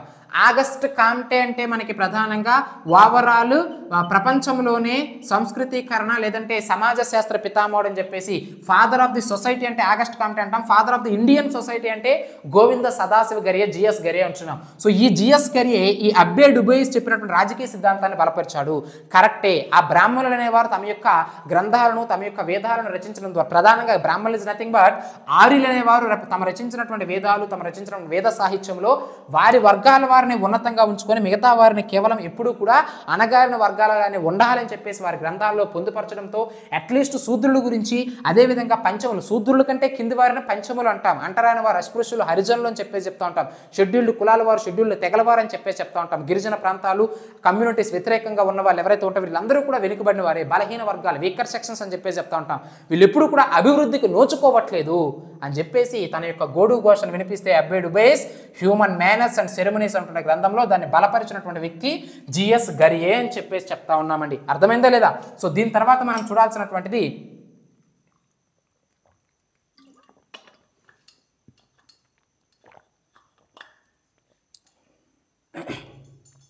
సో చూడండి, దీని తర్వాత మనం చూడాల్సింది ఏమిటంటే మన సిద్ధాంతం అని చెప్పేసి చెప్తా ఉన్నాం. ఎన్ని ఏడయ్యా 8 చూడండి. మన సిద్ధాంతం ఇది చాలా చాలా ఇంపార్టెంట్ అండి. మన సిస్టమ్ మన సిద్ధాంతం అనేది. ఈ మన సిద్ధాంతం ఏదైతే ఉంటుందో దీన్ని ప్రతిపాదించిన వ్యక్తి ఎవరయ్యా అంటే హటన్ అని చెప్పేసి చెప్తా ఉన్నాం. ఏమిటి? క్యాస్ట్ ఇన్ ఇండియా గ్రంథాన్ని రచించిన వ్యక్తి హటన్. చాలా చాలా ఇంపార్టెంట్ అండి మన సిద్ధాంతం అనేది. ఇదేమిటి మన సిద్ధాంతం అంటే ఏం లేదండి. కొన్ని కమ్యూనిటీస్ వాళ్ళు ఎవరైతే ఉంటారో వీళ్ళు ప్రధానంగా మానవాతీత శక్తులను నమ్ముతూ ఉంటారు. మానవాతీత శక్తులు అంటే ఏమిటి? చెట్టు, పుట్ట, పురుగు, పుట్ర అన్నింటినీ కూడా దైవంగా భావిస్తూ ఉంటారు. సో ఇలా ఎవరైతే మానవాతీత శక్తులుగా నమ్మి వాటిని తమ యొక్క మూల దైవంగా భావించి వాటికి పూజలు చేస్తారో ఇలా ఈ పాటించే విధానాన్ని మన సిస్టమ్ మన సిద్ధాంతం అంటారని చెప్పేసి హటన్ తను రచించినటువంటి క్యాస్ట్ ఇన్ ఇండియా గ్రంథాన్ని పొందుపరిచాడండి. అర్థమైందే లేదా? సో మీరు ఇప్పటికీ చూడండి, ప్రధానంగా గిరిజనులు ఎవరైతే ఉంటారో, ఎస్టీస్ ఎవరైతే ఉంటారో, షెడ్యూల్డ్ ట్రైబ్స్ కొండ ప్రాంతాల్లో నివసించే వారు ఎవరైతే ఉంటారో వాళ్ళు ప్రధానంగా చూడండి నాగుపాము యొక్క టాటూస్ ఏవైతే ఉంటాయో వాటిని మెడపైన వేసుకుంటూ ఉంటారు, చేతులపై వేసుకుంటూ ఉంటారు. నాగదేవతను తమ యొక్క వంశ దేవతగా భావిస్తూ ఉంటారు. ఆబ్వియస్లీ అందరూ కూడా నాగుల చేతి వచ్చిందంటే అందరూ కూడా నాగుపాముకి ఏమిటి ఆ గుడ్లు ఆ యొక్క నువ్వులు ఏవైతే ఉంటాయో వాటన్నింటిని కూడా వివిధ రకాల పదార్థాలు మనం వేసి నాగుల చేతి రోజు మనం పూజిస్తూ ఉంటాం. హిందూ కమ్యూనిటీలో ఉన్నటువంటి వన్ ఆఫ్ ద మనం పాటించిన రిచువల్స్లో అది one of the ritual and one of the festival అని చెప్పేసి చెప్పుకుంటూ ఉంటాం. నాగుల చవితి నాగుపాముని అందరూ కూడా పూజిస్తాం. తిన్నా తినకపోయినా పొట్టలో మనం వేస్తాం. కానీ గిరిజనులు ఎవరైతే ఉంటారో సెపరేట్గా నాగుపాము టాటూలు వేసుకుంటారు.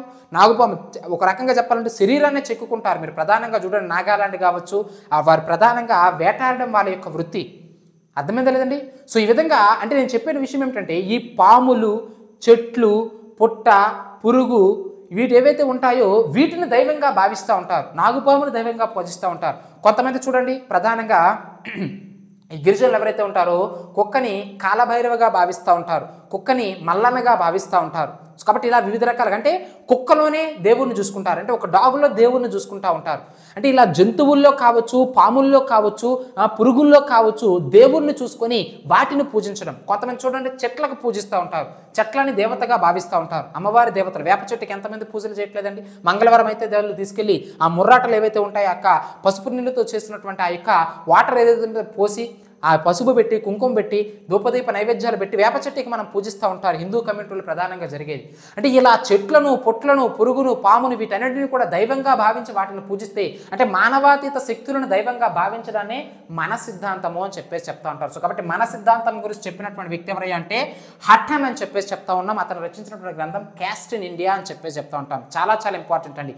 మానవాతీత శక్తులను నమ్మడం, ప్రధానంగా గిరిజనులు అటువంటి వ్యవహార ధోరణిని కలిగి ఉంటారు. మన సిద్ధాంతాన్ని ఎస్టీస్ షెడ్యూల్డ్ ట్రైబ్స్ ప్రధానంగా పాటిస్తారనే విషయాన్ని మీరు ఇక్కడ గుర్తుంచుకోవాలి. సో ఇది మనకి మన సిద్ధాంతం అని చెప్పేసి చెప్తాను. చూడండి, దైవదత్తాధికార సిద్ధాంతం అన్నాం, వృత్తి సిద్ధాంతం అన్నాం, అదేవిధంగా సంస్కృతీకరణ అన్నాం, సంస్కార సిద్ధాంతం అన్నాం, భౌగోళిక సిద్ధాంతం అన్నాం, వృత్తి మరియు జాతి సిద్ధాంతం అని చెప్పినాం. వీటన్నింటినీ పక్కన పెడితే ఫైనల్గా మనం చూడాల్సింది ఏమిటంటే బహుళకారక సిద్ధాంతానికి అంటే కుల ఆవిర్భావ సిద్ధాంతాల్లో భాగంగా మనం ఇప్పుడు చూడాల్సింది ఏమిటంటే బహుళకారక సిద్ధాంతము అని చెప్పేసి చెప్తా ఉన్నామండి. Multiple factor theory. మరి ఏమిటి సార్ ఈ multiple factor theory? Multiple factor theory బహుళ కారక సిద్ధాంతము అని చెప్పేసి చెప్తా ఉన్నాం. అసలు ఎవరు చెప్పారు ఈ బహుళ కారక సిద్ధాంతం అంటే మన భారతీయులే. ఇదంతా కూడా ఇప్పుడు వరకు చెప్పిన వాళ్ళందరూ కూడా వివిధ రకాల యూరోపియన్స్ సంబంధించిన ఏమిటి ఆంథ్రోపాలజిస్టులు, ఎండాలజిస్టులు, సోషియాలజిస్టులు అని చెప్పినాం. కానీ ఇప్పుడు మనం మాట్లాడే ఈ మల్టిపుల్ ఫ్యాక్టర్ థియరీ బహుళకారక సిద్ధాంతాన్ని చెప్పింది మన భారతీయులే, మన ఎస్ఎన్ ముఖర్జీయే, మన యొక్క మెహతానే, మన యొక్క రామ్ అహుజానే. అర్థమైందా లేదండి? మన భారతదేశంలో ఉన్నటువంటి వివిధ రకాల సామాజికవేత్తలు, ఎండాలజిస్టులు అందరూ కూడా చెప్పినారు. ఇందులో మనకి ఇంపార్టెంట్ రామ్ అహుజా అని చెప్పినామండి. అయితే వీళ్ళ గురించి మాట్లాడే ముందు మనము మల్టిపుల్ ఫ్యాక్టర్ థియరీ అంటే ఏమిటో మాట్లాడుకోవాలి. అసలు ఏమిటి సార్ బహుళకారక సిద్ధాంతం అంటే? ఇంతమంది ఇంత కష్టపడి చెప్పారు కదా అందరూ కూడా, ఎండాలజిస్టులు దైవదత్తాధికార సిద్ధం అని చెప్పేసి, దైవం ద్వారా కుల వ్యవస్థ ఏర్పడింది అని చెప్పేసి, నెస్ఫీల్డ్ వృత్తి ద్వారా ప్రజలు తాము ఆచరించిన వృత్తి ద్వారా వృత్తి సిద్ధాంతం ఏర్పడిందని, వారి యొక్క జాతుల ద్వారా మెడిటేరియన్ నార్డిక్ జాతుల ద్వారా జాతి వ్యవస్థ ఏర్పడింది, జాతి ద్వారా కులాలు ఏర్పడ్డాయని, జాతుల వారే వృత్తులుగా విభజించి కులాలు ఏర్పడ్డాయని చెప్పేసి పిఎఫ్స్ లెటర్, భౌగోళిక పరిస్థితుల దృష్ట్యా వివిధ రకాల కుల వ్యవస్థలు ఏర్పడ్డాయని హెర్బర్ట్, ఆచరించే సంస్కారాల రీత్యా వివిధ రకాల వృత్తులు ఏర్పడ్డాయి, వివిధ రకాల కులాలు ఏర్పడ్డాయని చెప్పేసి హోకార్ట్ అండ్ సెనాట్, రాజకీయ సిద్ధాంతం ద్వారా అంటే బ్రాహ్మణ బ్రాహ్మణుల ఆధిపత్యాన్ని, ఆర్యుల ఆధిపత్యము ద్వారా ఇతర కులాల వారు ఏమిటి అణగారిన వర్గాలుగా ఉండిపోయారని చెప్పేసి అబ్బే డుబేస్ ఇలా వివిధ రకాల వ్యక్తులు వివిధ రకాల సిద్ధాంతాల గురించి చెప్తే మన వాళ్ళు ఏం చేశారు, అరే మీరు ఇన్ని చెప్పారు కదా, అవన్నీ కూడా మా భారతదేశంలో ఉన్నాయి. అంటే భారతదేశంలో కుల వ్యవస్థ ఏర్పడడానికి కారణం ఇప్పుడు వీళ్ళు చెప్పినవన్నీ కూడా, అంటే వృత్తి సిద్ధాంతము కారణమే, దానివల్ల కూడా కుల వ్యవస్థ ఏర్పడింది. జాతి సిద్ధాంతము కారణమే, మీరు చెప్పింది కరెక్టే, దాని ద్వారా ఏర్పడింది. వృత్తి జాతి సిద్ధాంతం ఆబ్వియస్లీ కరెక్టే, సంస్కార సిద్ధాంతం ఆబ్వియస్లీ కరెక్టే, ఆచరించేటువంటి వ్యవహారాలను బట్టి కులాలు ఏర్పడ్డాయి, ఆబ్వియస్లీ అది కూడా కరెక్టే. దైవదత్తాధికార సిద్ధాంతం అది కరెక్టే. మా భారతదేశంలో ఇప్పటికీ కూడా పువ్వులను పూజిస్తాము, పూజలను చెట్లను పూజిస్తాము, ఏమిటి పుట్టలను పూజిస్తాము, పాములను పూజిస్తాము, కుక్కలను పూజిస్తాము, గోవులను గోమాతను పూజిస్తాము, జంతువులను పూజిస్తాము. సో ఆబ్వియస్లీ మీరు చెప్పినవన్నీ కరెక్టే. అంటే వీటన్నింటి సిద్ధాంతాల ద్వారా మా భారతదేశంలో కుల వ్యవస్థ ఏర్పడిందని చెప్పేసి ఒకటే షార్ట్ కట్లో చెప్పేశారు, బహుళకారక సిద్ధాంతము అని చెప్పేసి. మేము ఆదిత్య కాలేజీలో మేము చదివేటప్పుడు మీకు అర్థం అవడం కోసం చెప్తా ఉన్నాము, ఇద్దరికి ఇచ్చేసి అంటే ఒక టాపిక్ ఇచ్చేసి దాన్ని ఎక్స్ప్లెయిన్ చేయమనేవారు, పవర్ పాయింట్ ప్రెజెంటేషన్ అని చెప్పేసి చెప్తా ఉంటాం. సో ఒక ముగ్గురు ఫ్రెండ్స్ స్టేజ్ మీదకి వెళ్ళి ఇద్దరం కష్టపడి మొత్తాన్ని కూడా ఎక్స్ప్లెయిన్ చేస్తే లాస్ట్లో పక్కన ఒకటి నించొని థ్యాంక్ యూ సార్ అని చెప్పేసి స్టేజ్ దిగిపోయేవాడు మా మిత్రుడు, మా క్లాస్లో ఉంటున్న మిత్రుడు. అంటే కష్టపడిందంతా కూడా మేమైతే లాస్ట్లో థ్యాంక్ యూ అని చెప్పేసి క్లాప్స్ పొందేవాడు. అయితే ఇక్కడ చెప్పిన విషయం ఏమిటంటే ఇలా వీళ్ళందరూ కూడా ఇంత కష్టపడితే ఇన్ని సిద్ధాంతాల గురించి చెప్తే మన వాళ్ళు వచ్చి ఒకటే షార్ట్ కట్ ఏమిటంటే వన్ బుల్లెట్ వన్ షాట్ అన్నట్టు, మీరు ఇంత కష్టపడి చెప్పారు కదా ఇవన్నీ మా భారతదేశంలో ఉన్నాయి. సో కాబట్టి వీటన్నింటి ఫలితంగా మా భారతదేశంలో కుల వ్యవస్థ ఏర్పడింది, దట్స్ ఇట్ అని చెప్పేసి చెప్పినారు. అయితే అందులో బహుళకారక సిద్ధాంతంలో చెప్పిన వ్యక్తుల్లో రామ్ అహుజా చాలా చాలా ఇంపార్టెంట్. మిగతా వాళ్ళని గుర్తుంచుకోండి, మేతా కావచ్చు, ముఖర్జీ కావచ్చు, వీళ్ళందరినీ గుర్తుంచుకోండి, కానీ రామ్ అహుజా ఇంపార్టెంట్. ఇతను రచించినటువంటి గ్రంథాలు ఇంపార్టెంట్. ఇండియన్ సోషల్ సిస్టమ్ అయినటువంటి గ్రంథాన్ని రచించాడండి, సొసైటీ ఇన్ ఇండియా అయినటువంటి గ్రంథాన్ని రచించాడండి, సోషల్ ప్రాబ్లమ్స్ ఇన్ ఇండియా అనే గ్రంథాన్ని రచించాడండి. చాలా చాలా ఇంపార్టెంట్ అయినటువంటి అంశము Indian social system, society in India, social problems in India. ఈ గ్రంథాలన్నీ రచించిన వ్యక్తి ఎవరు అంటే రామ్ అహుజా అని చెప్పేసి చెప్తా ఉన్నాం. చాలా చాలా ఇంపార్టెంట్. సో దీన్నే మనకి బహుళకారక సిద్ధాంతం అని చెప్పేసి చెప్తా ఉన్నాం. ఇది మనకి కుల ఆవిర్భావ సిద్ధాంతాలండి. సో కాబట్టి సిద్ధాంతాలు ఏమిటి, ఎవరు ఏమిటి చెప్పారు, ఎలా ఈ సిద్ధాంతాలు బయటకు వచ్చాయి, ఆ వ్యక్తులు ఎవరు, అడుగుతారు ఎగ్జామినేషన్లో. వృత్తి సిద్ధాంతాన్ని ప్రతిపాదించింది ఎవరు, పిఎఫ్ స్లేటర్. గుర్తుంచుకోవాలి. సో జాగ్రత్తగా షార్ట్ కట్ నోట్స్ రాసుకోండి, ఇప్పటికప్పుడు రివిజన్ చేయండి. దైవదత్తాధికార సిద్ధాంతం ఎవరు చెప్పారు, దైవదత్తాధికార సిద్ధాంతం అంటే ఏమిటి, మనా సిస్టమ్ అంటే ఏమిటి, ఇందులో మనకి ఇంపార్టెంట్ అనేది మనా సిస్టమ్. హఠన్ చెప్పింది, అతను రచించిన గ్రంథం క్యాస్ట్ ఇన్ ఇండియా గ్రంథం ఇంపార్టెంట్, మనా సిస్టమ్ ఇంపార్టెంట్. మనా సిస్టమ్ అంటే ఏమిటో గుర్తుంచుకోవాలి, చాలా చాలా ఇంపార్టెంట్ అయినటువంటి అంశం. సో కాబట్టి ఎప్పటికప్పుడు రివిజన్ చేయండి. నెక్స్ట్ క్లాస్తో మళ్ళీ మనం కలుద్దాం. ఫుల్ కోర్సులో జాయిన్ అవ్వాలంటే ఆలోచించమాకండి, కాల్ చేయండి, కోర్సు తెలుసుకోండి, వివరాలు తెలుసుకోండి. అవసరమైనప్పుడు అవసరమైన దానికి డబ్బు ఖర్చు పెట్టండి. మిగతా వాళ్ళకి టైం గడిచిపోయిన తర్వాత అరే జాయిన్ అయితే బాగుండే, క్లాసులు ఉపయోగించుకుంటే బాగుండే, కరెక్ట్గా సరైన టైంలో ప్రిపరేషన్ అయితే బాగుండే అని చెప్పేసి రిజల్ట్ వచ్చిన తర్వాత ఇబ్బంది పడే బదులు ముందుగానే మేల్కొని అవసరమైన వాటికి డబ్బులు ఖర్చు పెట్టి అవసరమైనప్పుడు టైంను వెచ్చించి నెంబర్ ఆఫ్ టైమ్స్ రివిజన్ చేస్తూ మొత్తము ఇంద్రియాలన్నింటినీ కూడా ఒక దగ్గర పెట్టి సక్రమంగా చదువుకున్నట్లయితే తప్పనిసరిగా రిజల్ట్ అనేది కనబడుతుందండి. సో కాబట్టి సీరియస్ ప్రిపరేషన్ చేయండి. ఫుల్ కోర్సులో జాయిన్ అవ్వాలంటే మన నెంబర్ 7036621946 నెంబర్కి కాల్ చేయండి. ఎందుకు నేను మొదట్లో ఇప్పుడు కూడా ఎందుకు చెప్పాను, ఎందుకంటే కాన్సెప్ట్ అంతా విన్న తర్వాత మీకు అర్థమవుతుందో లేదో మీకు తెలుస్తుంది, కంటెంట్ ఎంత ఇస్తున్నాం అనేది మీకు తెలుస్తుంది. తెలిసిన తర్వాత ఉత్సాహం చూపిస్తారు, అంటే కంటెంట్ తెలిసిన తర్వాత తీసుకోవడానికి ఉత్సుకత చూపిస్తారు. ఎందుకంటే వర్తబుల్ అయితేనే డబ్బు ఖర్చు పెట్టాలండి, మీరు కూడా ఊరకనే రావు కదా ఎవరికి కూడా డబ్బులు. సో కాబట్టి ఆలోచించి క్లాసులు నచ్చితేనే తీసుకోండి. అందుకే మనం తక్కువ అమౌంట్లోనే కోర్సు పెట్టడం అనేది జరిగింది. నచ్చితేనే జాయిన్ అవ్వండి. మన నెంబర్కి కాల్ చేయండి, 7036621946 నెంబర్కి. కోర్సు వివరాలు తెలుసుకొని జాయిన్ అవ్వండి. ఈ వీడియో కనుక ఎక్కువ వచ్చినట్లయితే 2 పార్ట్స్గా చేసి విభజిస్తాను, లేదా 1 అవర్ లోపు వచ్చిందంటే ఆబ్వియస్లీ వీడియో మొత్తాన్ని కూడా అప్లోడ్ చేస్తాను. కుల ఆవిర్భావ సిద్ధాంతాన్ని మొత్తాన్ని కూడా ఒకే క్లాస్లో అప్లోడ్ చేస్తాను. సో కరెక్ట్గా నోట్స్ రాసుకోండి, నెంబర్ ఆఫ్ టైమ్స్ రివిజన్ చేయండి, తప్పనిసరిగా ఎంసీక్యూస్ ప్రాక్టీస్ చేయండి, ప్రీవియస్ పేపర్స్ ప్రాక్టీస్ చేయండి. డెఫినెట్లీ రాబోయేటటువంటి నోటిఫికేషన్లో మీరు కూడా ఒక పోస్ట్ మీదని చెప్పేసి గుర్తుంచుకొని మీరు ప్రిపరేషన్ కొనసాగించండి. నెక్స్ట్ క్లాస్తో మళ్ళీ మనం కలుద్దాం. Thank you.